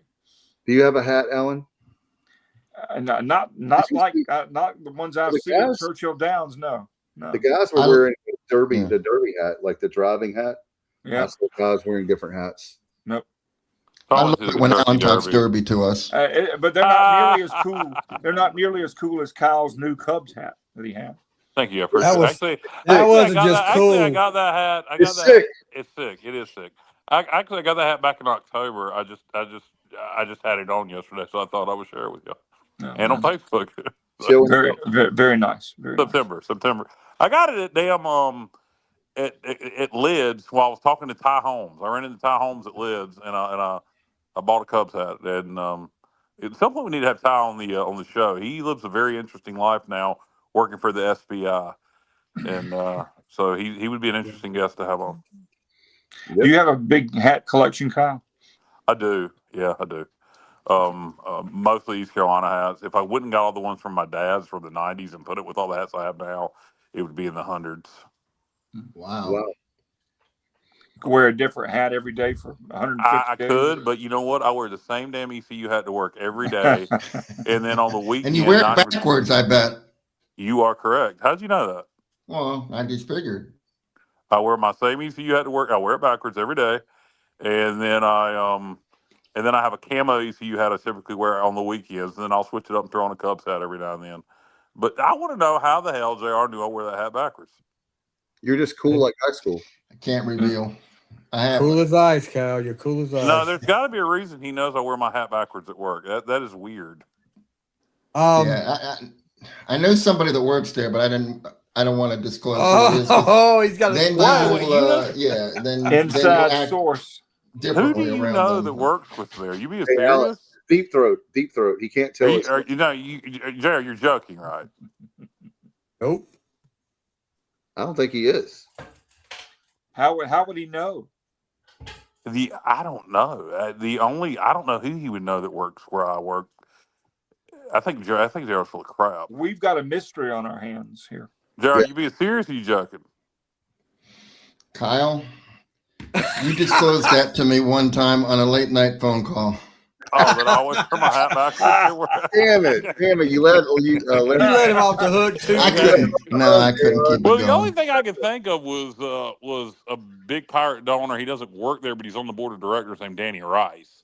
So I was like, well, maybe JR's met Danny Rice at some point in time. But besides that, I was like, what? Actually, why did I tell you that, JR? So you had a late night phone call with JR? That's happened more than once. That's kind of sick. It is sick. But that's happened more than once. Is that weird? Is that normal to have a late? When you're both perhaps chemically enhanced. All my phone calls are late night. Yeah, not just with Kyle. He likes to talk late at night. Yeah, man. So do I. I'm busy during the day. Me, I stay up late too. So anytime you want to call or text JR, feel free. All right. You're going to be chemically. The phone calls are only fun if you've been drinking. Well, I've got some Red Oak in the fridge. There you go. Give me some warning. Why was I telling you I wear my hat backwards at work? What a weird thing to say. Look, I wish you were on the other end of some of your conversations. Well, Stevie, likewise. I mean, mine and your conversations, we should just record them and release them as podcasts. I know what it was, Kyle. What was it? We were talking about, it was not on this show, and it wasn't a phone call. It was a group text with Matt. And Matt asked me, do you always wear a baseball hat? And I was like, yeah, I have like casual ones. And then I have like dress ones. Like I use my Parker Bird, like purple hat that when I'm going somewhere fancy. And then, cause it's clean, and it's straight and all that. And then but I always wear a hat. And he's like, well, what does your wife think about that? And I was like, she's probably not the biggest fan, but I'm the same way. I wear a hat all the time. I'm exaggerating. Obviously I'm exaggerating. I don't always wear a hat. And then you said, well, I always wear a hat to work, but I always wear it backwards. And that stuck with me. Yeah, I do. Like I always wear my hat backwards. You only take your hat off for one thing? Oh, you Burt Reynolds? And just take your hat off for one thing? Are we down to any listeners, Dave? We've lost it. Hey, sports related. Montreal Canadiens just beat Tampa Bay. Whoa! 1-0. Whoa! And had the fewest shots on goal in a game in the NHL history. 9 shots on goal. That's They won. Oh my God! The Canadians won. Yes. Oh wow! I was thinking, man, that's why I'm not a betting man. I would have put my money if I were a betting man on Tampa Bay, but man, they've been great lately. Wow, thank you, Stevie. That's very Breaking news. So that means Well, that means if the ECU. I know I was gonna say that. I used to say at ECU on our show. That means if the Hurricanes win, they would be potentially playing Montreal. I forgot the other team. yeah, we have Buffalo. Buffalo. That is the worst fan base that I've ever had to deal with at a Hurricanes game. The Sabres, man. Oh my God, they were getting in fights in the parking lot. Worse than Philly fans? They were pretty bad. Yeah. Oh, That was back then. The 2005, 2006 run. They were. We had them in the Eastern Conference Finals. That's right. And they were tough to deal with. Thankfully, thankfully I was not involved in that, but I heard a lot of stories about that, about how the fans were like enticing our fans. The next thing you know, it was fist fights. It was a lot. Surprise, surprise. The reason being, it was from both fan bases, a lot of alcohol involved. No. Hey, if everybody had gone to the mall, Kyle could have taken care of them. Wait a minute. That's right. That's right. So you guys get with I've thought about that several times since you told that story, man. Wow. Yeah. Well, I'm stupid. Wow. 601. My money's on you still, though. Well, thank you. Other sports related news: the Cubs sweep the Diamondbacks. So they just keep rolling. And the Yankees swept my Orioles. Yeah. Braves are playing well. Yes, sir. We're hitting. Look, I'm telling you, come September, it's gonna be. We might have some Cubs, Braves, National League playoffs there. We'll see. Oh man, I don't mind the Cubs, to be honest with you. They have Dansby Swanson, who used to be a Brave. Cubs are when the Cubs I don't are think good. anybody hates the Braves except White Sox and Cardinals fans. When the Cubs are good, it's good for baseball. Yeah. White Sox have fans? A few. Patrick Mason, that was at the Reflector, remember he was a big White Sox fan. And as a matter of fact, they got to the point where they lost. Remember that when they lost the most games ever? And the White Sox fans were cheering for the other team because they wanted the record. I'm like, who in the hell would want to have the team that's lost the most games ever in the history of Major League Baseball in one season? But they did. That was kind of weird a few years ago. I don't know if y'all remember that 2 or 3 years ago. I don't. I remember something about it. I have not been keeping up with it closely. Have the Mets turned it around at all? No. They're in last place. Yeah. They are 12 and a half behind the Braves. Already. Who have the best record in baseball, 25-10. Beat the Mets. Step right up and beat the Mets. Because the Mets are red. Okay. That's one of the best ESPN 30 for 30s, by the way. The on the 86 Mets, yeah. Yeah, and then that the was Doc a and good Carroll 30 for 30 is good too. Well, you remember the Cubs? You remember the '69 Miracle Mets? You remember the Cubs were way up on them. Was it 12 games? And they collapsed, and then they called them the Miracle Mets because Tom Seaver and those guys. You remember that? A rookie, Nolan Ryan. Yeah, that's right. In '69. Yep, that was his rookie year. Yeah, I'm gonna ask this question. That documentary was awesome, by the way, for Nolan Ryan. But who has the best? What player do you think in the history of Major League Baseball, modern era, whenever, is the best fighter? Like when they have those. Nolan Ryan. I mean, he to me is. Yeah. And he like he I wouldn't was mess with him.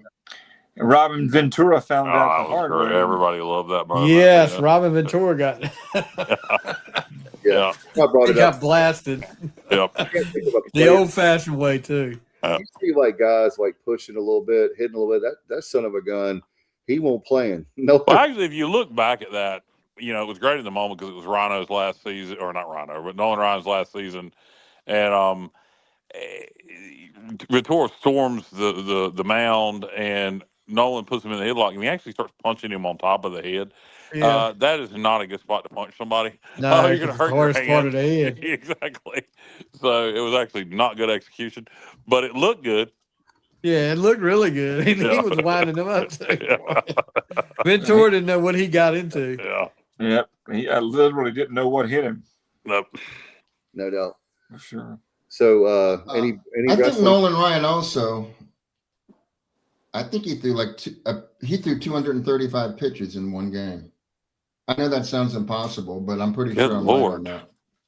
Well, back Yeah. then they went 9 innings. A lot of them pitchers. I can see that happening. It sounds crazy for It us. was against the Angels. No, Well, he was playing for the Angels. It was against the Red Sox. at one time, didn't he have the fastest ball ever clocked in Major League Baseball history? Like I believe so. like 109 or some crap like that. It was.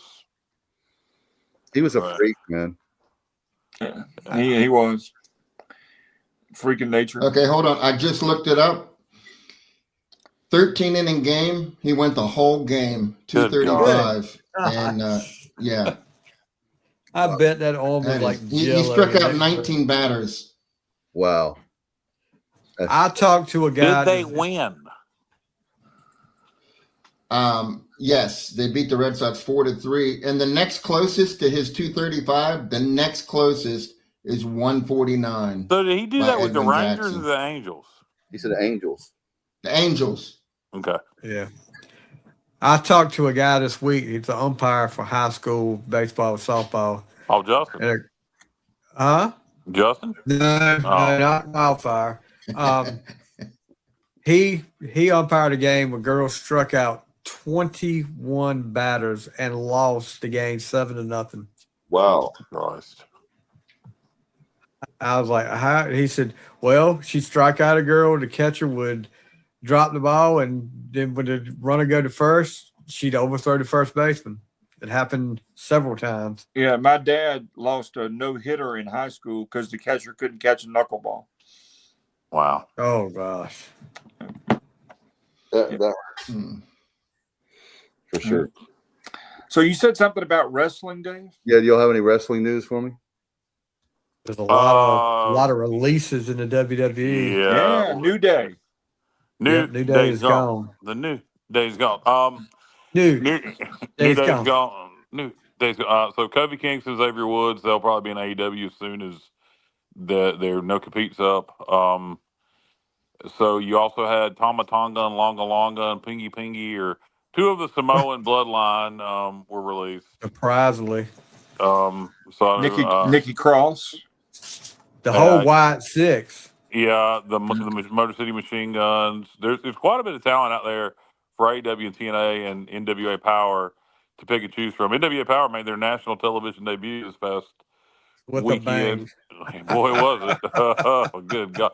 You know, me and Stevie were sitting there watching that crap on Comet.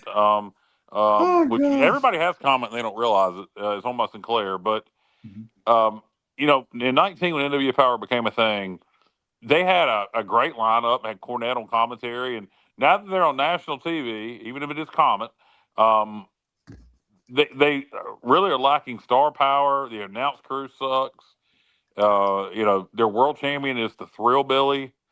So great name. I told Stevie I was going to start going by the Thrillbilly. Oh, let's hear it for the Thrillbilly. Yeah, which by the way, that was why I referenced. So literally, that had nothing to do with Footloose at all. And I said I was going to start going by the Thrillbilly. And at the exact same time, me and Stevie break out into "Let's hear it for the Thrillbilly," and for no reason at all. It was fun. You had to be there. I guess you just had to be there. You had to be there. I just wonder what Tony Khan's payroll is. The dollar amount for Tony. Jesus Christ. For Tony's payroll, incredible.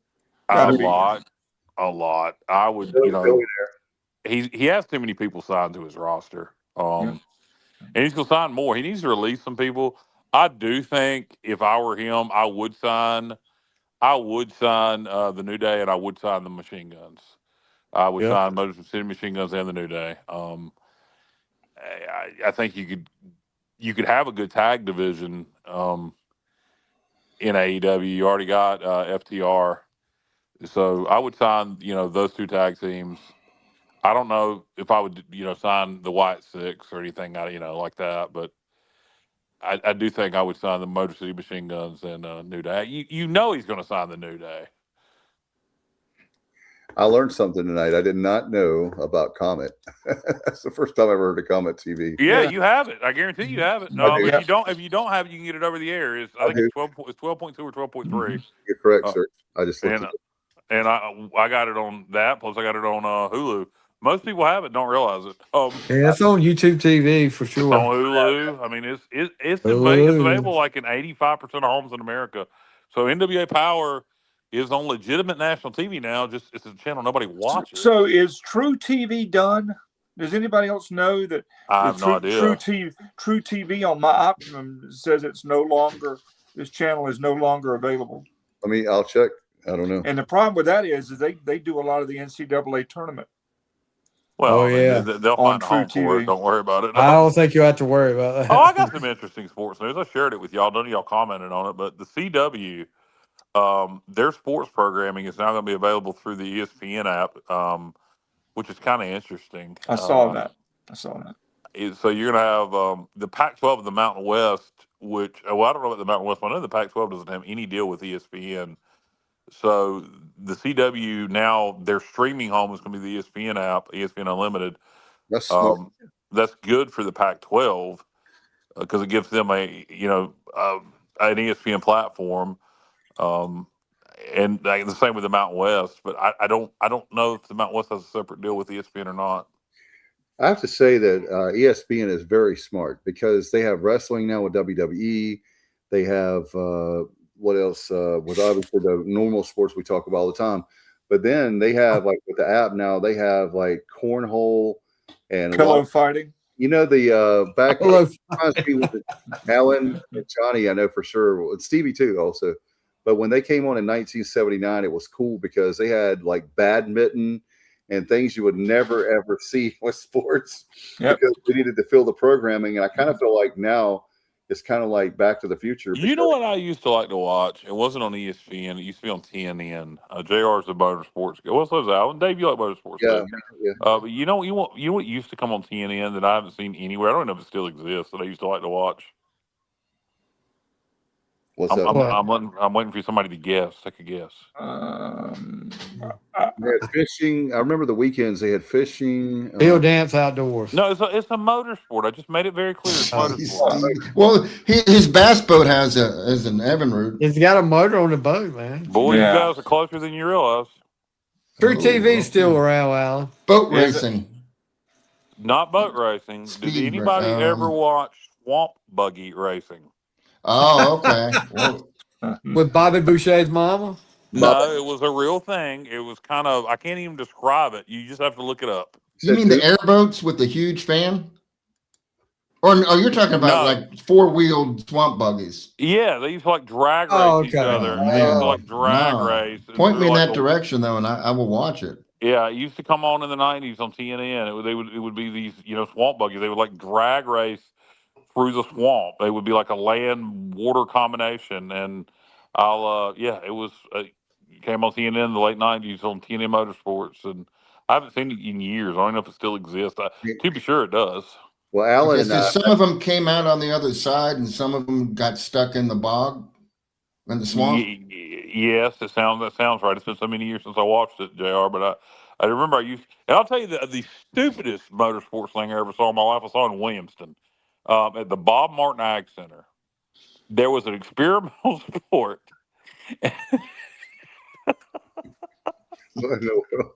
I remember making the conscious decision. The Optimus Powell Band was playing at Deadwood, and I remember like, I don't want to go see Optimus Powell Band at Deadwood. Let's go see this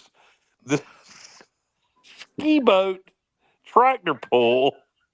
They took a big like, I don't know how to describe it, like the biggest indoor pool, like it was like a big water tank, and they put it in the middle of the Bob Martin Ag Center, and they had jet skis drag race each other, and then they had jet skis pulling like a tractor pull, so you could have the fastest time in this big huge pool in the middle of the Bob Martin Ag Center. And it sounds cool, but believe me, it was effing horrible. No, it sounds like something you're making up because I can't. I swear to God. I swear to God. I swear to God. That's how bad it was. I swear to God. One of the greatest comedy albums ever. Reverend Billy C. Wirtz's Backsliders Tractor Pull. The Reverend Billy C. Wirtz. The Backsliders Tractor Pull. Have you ever been to a lawnmower race? I have not, but I'm familiar. The lawnmower races. You know, Alan, you and I could do commentary on that. The lawnmower race. Yeah, George Jones would win that amongst celebrities. I'll tell you that. Yeah. How about he wouldn't. You remember the? Yeah. Well, he doesn't. He wins it now. We're in trouble. Vince Gill. Remember when one more last chance, and there's George Jones. Yeah. That was a classic. That's one of my favorite videos. Yep. Jones called him Sweet Pea. Yep. Yeah. And he told. Speaking of Vince Gill, he told a story. It was one of the reels. It was hilarious. He said, "Sweet Pea." He said, "Do you like ravioli?" I forgot the way he pronounced it. He couldn't pronounce ravioli. And he's like, "Well, yeah." He said, "Well, come back to my bus, and I'm gonna give you some of that." So, and Vince Gill did. Can't Chef Boyardee. No, that's what's even. It was worse than Chef Boyardee. So here's Vince Gill. He thought there was like some kind of like it's George Jones. It's going to be gourmet, right? Gourmet ravioli. And he gets there. He says, "Sweet Pea, you ready for that ravioli?" Or the way I can't do it, but so come to find out, it was like it was the worst ravioli. And he's like, "What do you think, Sweet Pea?"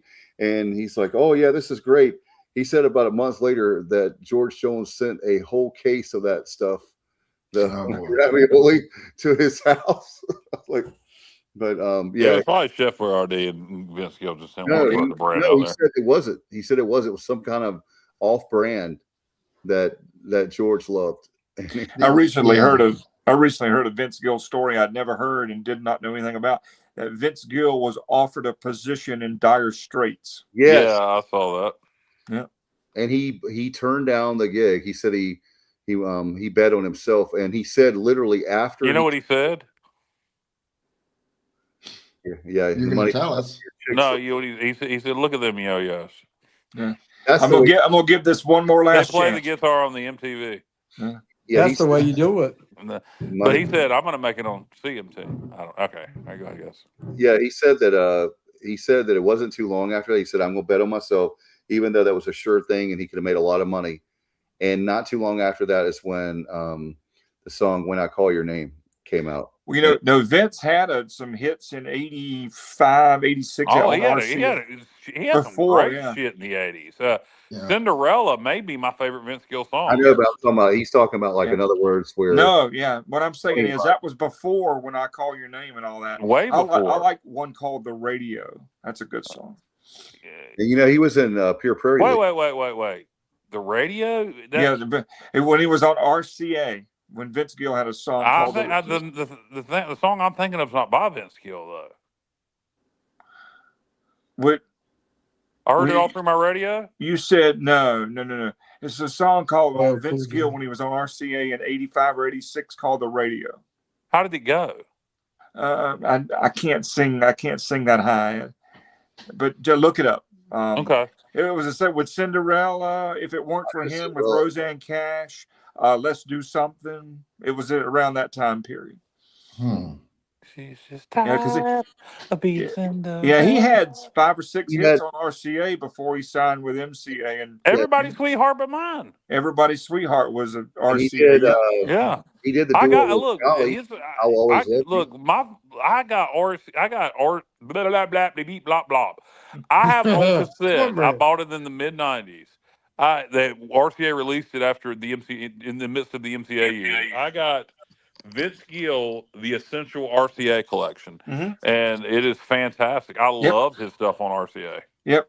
He had that was basically it was 84 to 89, and then he signed with MCA and exploded. But yeah, that he did the version with Dolly that went to #1. I'll Always Love You. Yeah, that was much later though. That was in the 90s. That was 90s? Yes. Yeah, that was in the 90s. Okay, I'm going to cross that one off my contest list. That's right. So 70, she had it #1. So her version in the 70s, It was after Whitney Houston's version. It She was cut. like, She Yeah, cut. it was on his greatest hits album, on it, Souvenirs. She went to It- number it- one in '74. She cut it again for the Best Little Whorehouse in Texas in '82. It was a hit at that point. Then Whitney did it in '92 for The Bodyguard.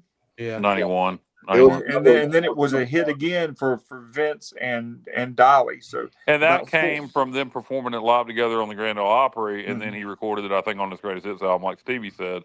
Right. But what song am I thinking of, Alan? I can't even think of who it's by. Well, Don Williams did "Listen to the Radio." No. Wait a minute. I'll tell you. I heard it all through my radio. He talks about listening to baseball games and listening to Lionel Cartwright. I watched it Lionel all on my Cartwright. radio. Thank you. Lionel Cartwright. Very underrated artist, by the way. Lionel Cartwright. Bow to your partner, your corner too. Mhm. There you go, Johnny. Johnny's gonna be up all night doing. Be my angel. Lionel Cartwright. Tons of great songs from like 88 to 92, and then he just disappeared. He was on MCA. Yep.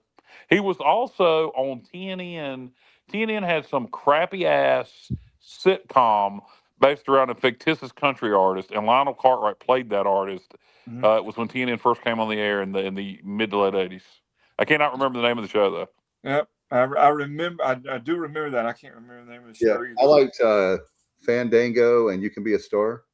You remember Fandango was when TNN first came on. They had Bobby Bear and Friends, which was great. They had Yesteryear in Nashville with Archie Campbell, which was great. That was two really good talk shows. Nashville Now. Nashville Now came along. That was really the catalyst. You Can Be a Star. Mm-hmm. When they started, you remember that they didn't remember the American Music Shop. No, it was in the '90s. It was in the on late TNN? 80s. Yeah, the American Music Shop. On TNN. It was a concert series called the American Music Shop. Do not remember that at all. Yeah, and it was good. It was look it up. It's all over YouTube. Everybody who was anybody was on it. On TNN? Yeah, the American Music Shop. Yes. Mark O'Connor was part of the house band. Oh, wow. On that show, the fiddle player. I do not remember that. Wow. Hey, Alan, Did he just come to get on Saturday night? Go ahead, Kyle. Did he come on Saturday night by chance? I think so. I think it was Okay. no. I think it was a weeknight thing. Now that I think about it, but I mean, you'll find them all over YouTube. The American Music Shop. Okay, I'll look it up. TNN. Do you remember, Alan? Guys, do you remember when TNN, when it first started in the early '80s, it came on the air at 6 o'clock at night? Yeah, it was '83 when it first came on. They shared in Durham. They shared a channel. The CBS had a. Do you remember when CBS first had a network way back in the early '80s? So basically, what they did is they had CBS on half the day, and then at 6 o'clock at night,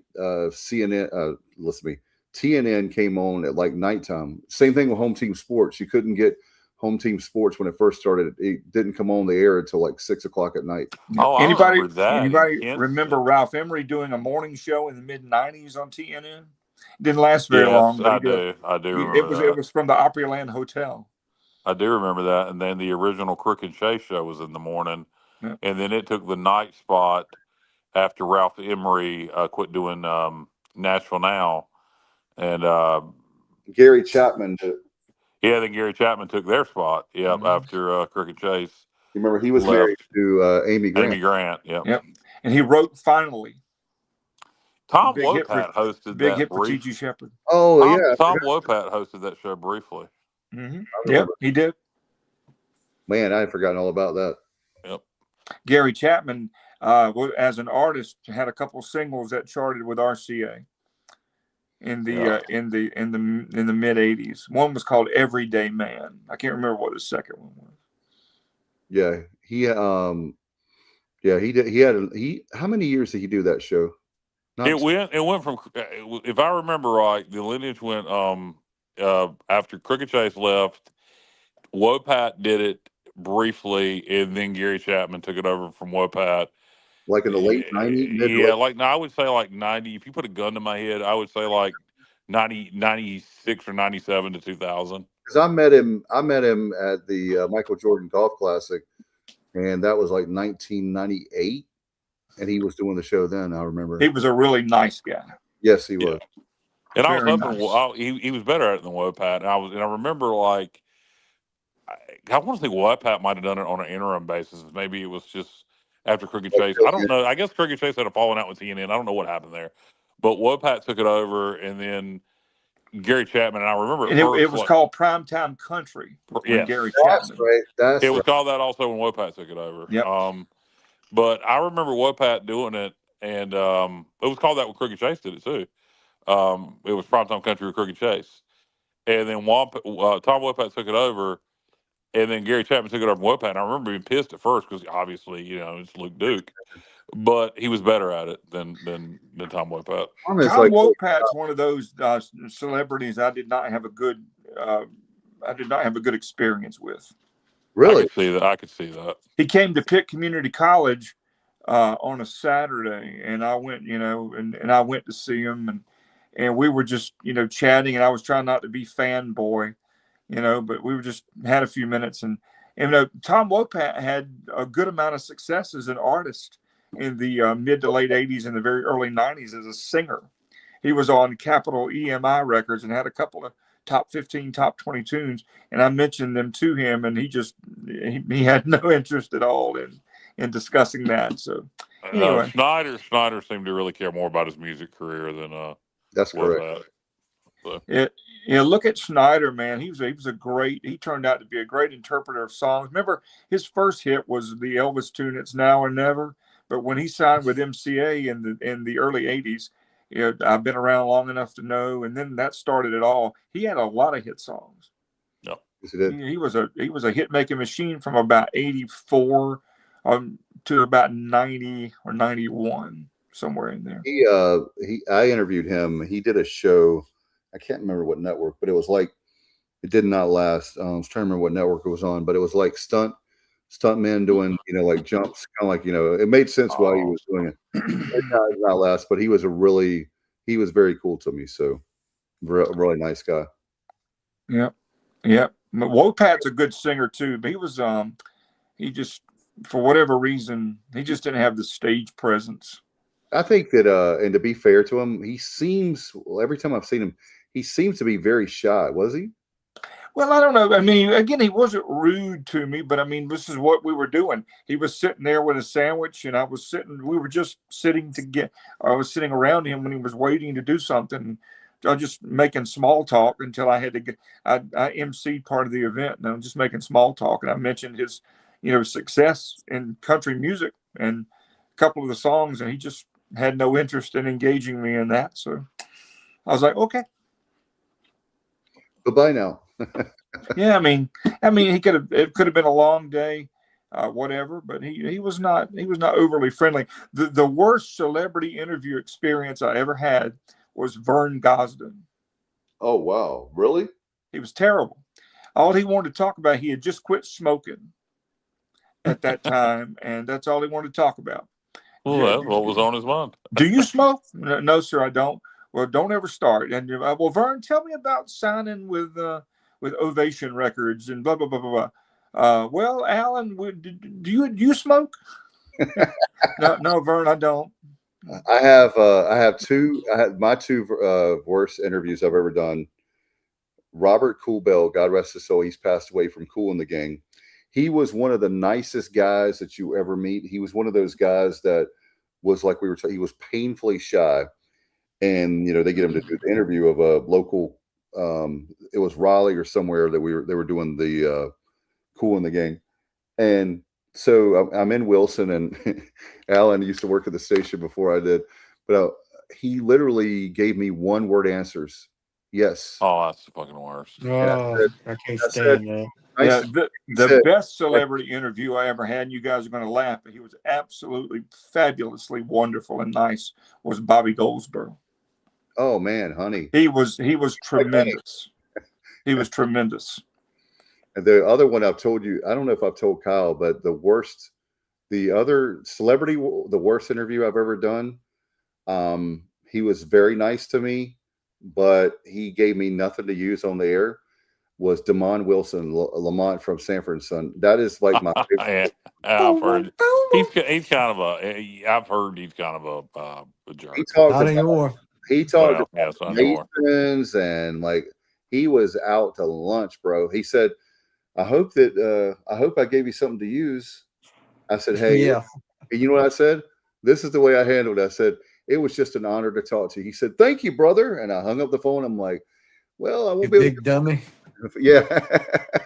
I won't be able to get that 15 minutes back, because what I would do is I would have like a long form interview, and I would literally cut it down to like 3 minutes and a minute and a half. We've had some guests on the show over the years. I don't really know that I want to name names because some of them are former Pirates. Yeah. Just make you wonder about yourself now if you've been interviewed by us that were just god awful. There's a couple that stand out, and I won't name the names because I don't want to embarrass anybody. But there was one in particular that I was really, like people, if we said the person's name, it was a major star. And yes, that was just. I know exactly where you're going. God awful. Tell me about the '96 game. Oh, dude, now you're going to give it away. Hush, hush, hush. So, but you're right. Roddy Piper was very nice. Yeah, really? He was a good interview.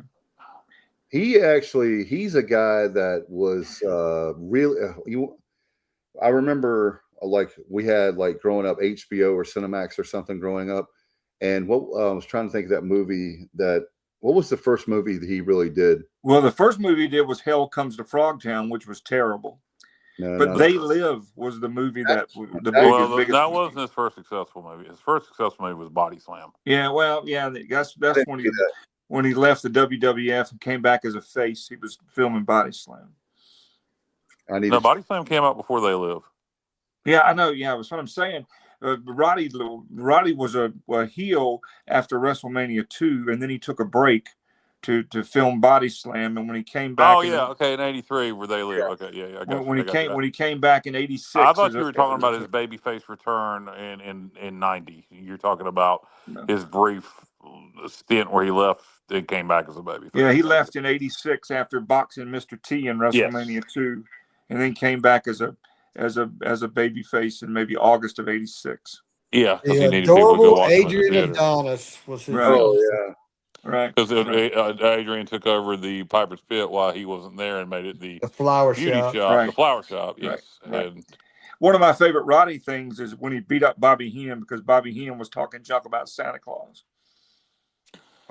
Oh well, he doesn't beat him up, but he cuts it's a fantastic promo. Yeah, well, he got some licks in on Heenan on the desk. Yeah, the promo though is what stands out to me. It is if you listen to that promo, it is really good. His promo about how Santa Claus is real. Yeah, and it sounds so goofy. But if you listen to that promo, it's a very emotional promo, and he's coming from the heart with it, and he's talking about the spirit of Christmas and basically how your mom and dad bust their ass to give you your kids. But it's a great promo. I love that promo actually. Yeah, that came into the Rick Rude feud. That's how that got started because Heenan was managing Rick Rude at the time. I tell you what, Bobby Heenan. There's a lot of reels. I don't know if you guys have seen them, but just him talking, and I don't know who was interviewing, but he is, to me, I'll ask you guys, but I'm going to go with the best announcing crew of all time is Gorilla Monsoon and Bobby Heenan. They're up there in my top 2 or 3. I absolutely love Bob Caudle. I could start naming other guys. You're talking about not individual announcers, but just the crew, just the 2-man crew or 3-man crew. I'm probably going to go Jim Ross, Jerry Lawler. They're up there. But Heenan, Gorilla were good. Gorilla Ventura was good. Ventura, McMahon were good together, even though McMahon's terrible at play-by-play. Heenan and Monsoon together when Michaels turned on Jannetty and Heenan said Jannetty tried to dive through that glass window. I knew he was going to do that. Yeah, he's a coward. Yeah, he's going to do. Bobby would, to me, having, Gorilla was more the straight man, and you have Bobby, that was comic relief. The two of them were like really good friends, and I just love their chemistry. I thought Ventura was good with Gorilla too. Yeah, he was. And people don't remember Heenan was very good in the ring as well. He was a great bump taker.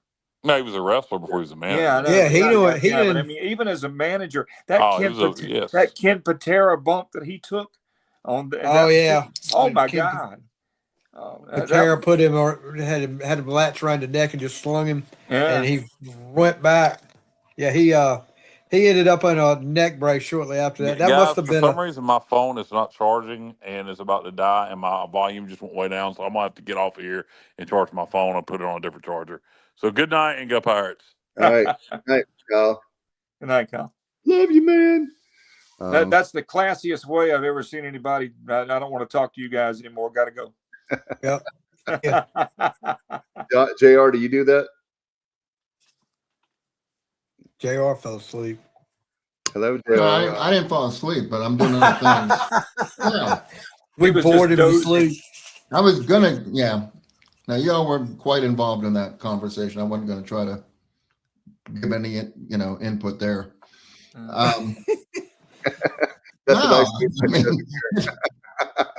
I had a few things to say, but y'all. Well, go ahead. Well, no, I was doing something else. I'm working on work stuff right now, but I'm listening to y'all. So, well, Kyle wears his hat backwards at work. He sure does. I never would have known that if not for you. That is sick. So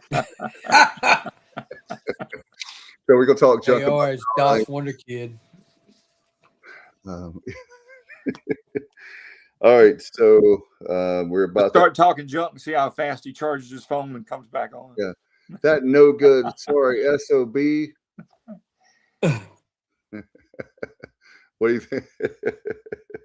Oh, I do have a question for you guys. Have you guys been watching the UFL any? Yes.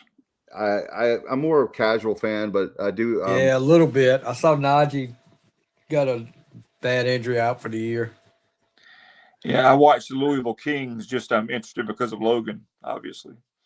Yeah, I'm pulling for the DC Renegades. They're 5-1. You got to pull for the Louisville Kings, though. I'm with you on that, Alan. I'm not going to be against them. I think it's great for Logan. I'll pull for Louisville as well. I just plus they have Winstead. Oh, I didn't. Yeah. Yeah, you sure do. Isaiah Winstead. The game I watched, he was doing very well. I wish they would have. I still am bitter about. I still think they should have kept the USFL. The name of the league to be USFL. I agree. I was watching something the other night. I'd totally forgotten, guys. Billy Sims in 1983. Oh wow! I had totally forgotten that the big controversy that he signed a contract with the Houston Gamblers. And then signed a contract, an extension with Detroit. Yeah. And that was a big, I had totally forgotten that, completely forgotten that happened. I would love to go back to that time when the USFL was first coming in and have the technology we got now with all who was going to be signing where. Good Lord. Yep.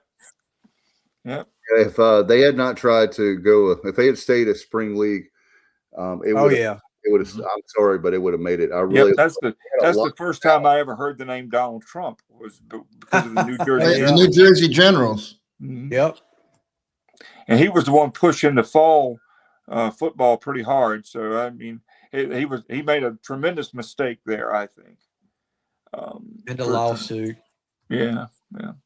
But it was very entertaining. I thought the USFL for the first, couple of, who was it? The Philadelphia Stars that won the first couple of. Yeah, with the Kelvin Bryant from Tarboro. Mm-hmm. Yeah, he played for the Redskins for 86. Yeah. I wonder how many have won a USFL championship and won the Super Bowl. Kelvin. Oh, Kelvin's one of them. Steve Young played for the Express and the 49ers. Did they win? Yeah, he played. They win in the USFL. Yes, he did. There's a lot of guys like Herschel Walker. Michigan and Baltimore, it was Philadelphia at first, and they moved to Baltimore. I thought they were the only two that won was Michigan. Well, I don't know. I'm just saying Steve Young. I have no idea. Jim Kelly, he never won a Super Bowl, but he was also. Yeah, that's what I'm saying. Of won a USFL championship and a Super Bowl. Yep. Jim Kelly came. Did Jim Kelly come close? I don't know how far they did. Herschel Walker didn't do it. Reggie White didn't do it. But there was anybody that was on the Michigan and Philly and Baltimore Stars team.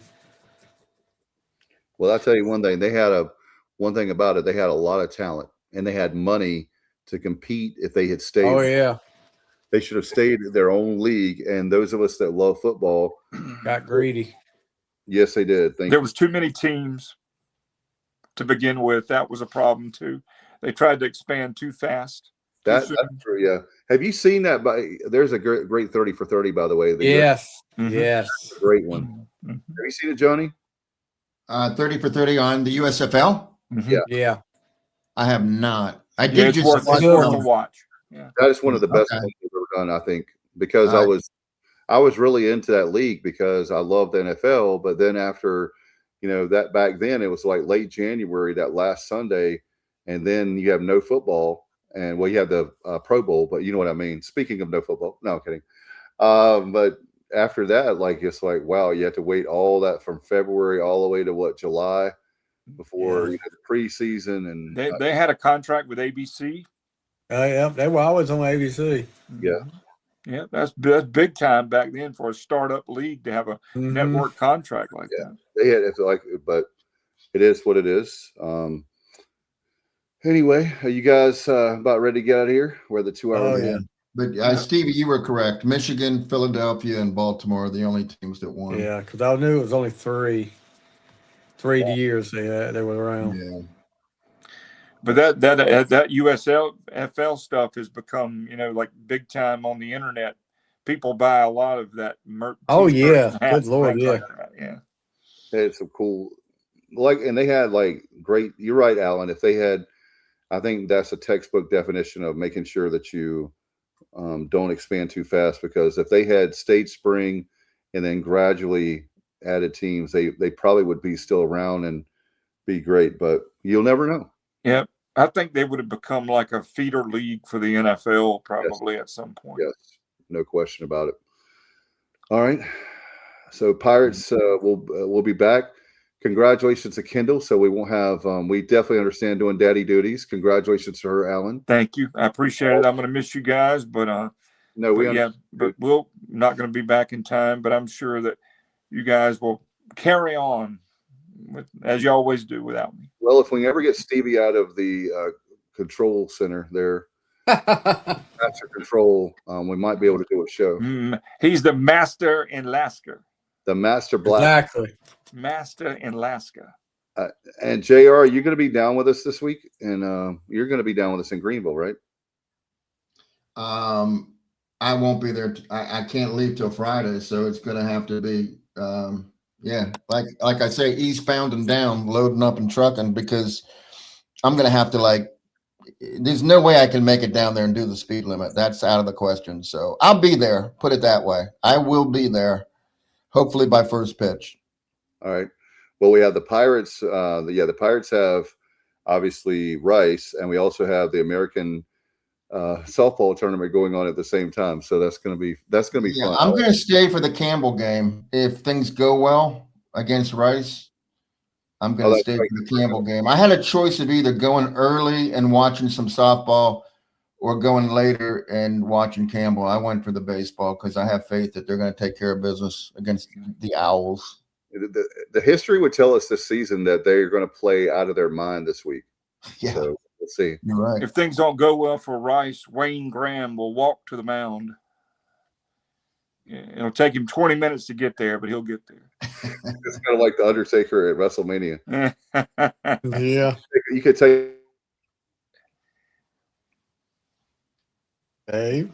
Yeah, Dave's not here. Wayne Graham's the only guy I can walk faster than. Now that was funny. I don't care who you are. All right, we'll get out of here, guys. Thank you so much. You definitely cheered me up because I was like, man, this is going to be rough. And like I said earlier to you guys, the only thing keeping me from not doing the show is the fact that you guys are a lot of fun to be with. And thanks to all the listeners and viewers. They, managed to stay here and for about another extra hour. I know we have some ladies that don't listen to the non-baseball stuff. Yeah. Well, I got a text to that effect, Dave, but my answer was, well, tell me what else you want us to cover. And yeah, we'll talk about anything. It's just how much baseball can you? Once you cover it. I could have gone into like the teams that are, positioned to be at large bids and who we want to lose and who we want to win, but I just didn't. I didn't go there, but maybe I should have. But maybe on Thursday we'll do that. Yeah, that would be really good subject matter. Really, so you know who to root against and who you want to win, who you want to who you want to lose, and because right now every game it's a cliche. Literally every game matters, even games that we're not playing. It's like it's so crazy. But it's going to be wild to see who the two teams are that don't go to Clearwater. Yeah, that's even another. Usually, you would be able to say, oh, it's definitely this team or that team, but those two slots are still people are fighting for their baseball lives, as they would say. So yeah, and the coaches, especially South Florida and Tulane, if they don't make it, I have to think. Mitch Hanna's is brand new and he's done well, but this year, I don't know that they've had a lot of injuries, but they're just pathetic. And Tulane, they haven't really. They have a losing record since his name escapes me, but their coach has taken over. They've won the tournament a couple of times, but they have a losing record overall. I just don't know how much longer Tulane's going to put up with that. I don't know. We'll see. We will. All right, guys. Thank you, Stevie. I know you got to get up early, my friend. Thank you for staying with us, brother. Yes, sir. And yes, sir. Thank y'all. Y'all have a great week. We'll see you back. We'll see Alan back on Sunday. But in the meantime, I'll be seeing you guys, Johnny, and you in the parking lot. There you go. Yeah. All right. Until next time, if it's Sunday night, it's going to be TSO Extra Innings. Good night, everybody, and go Pirates.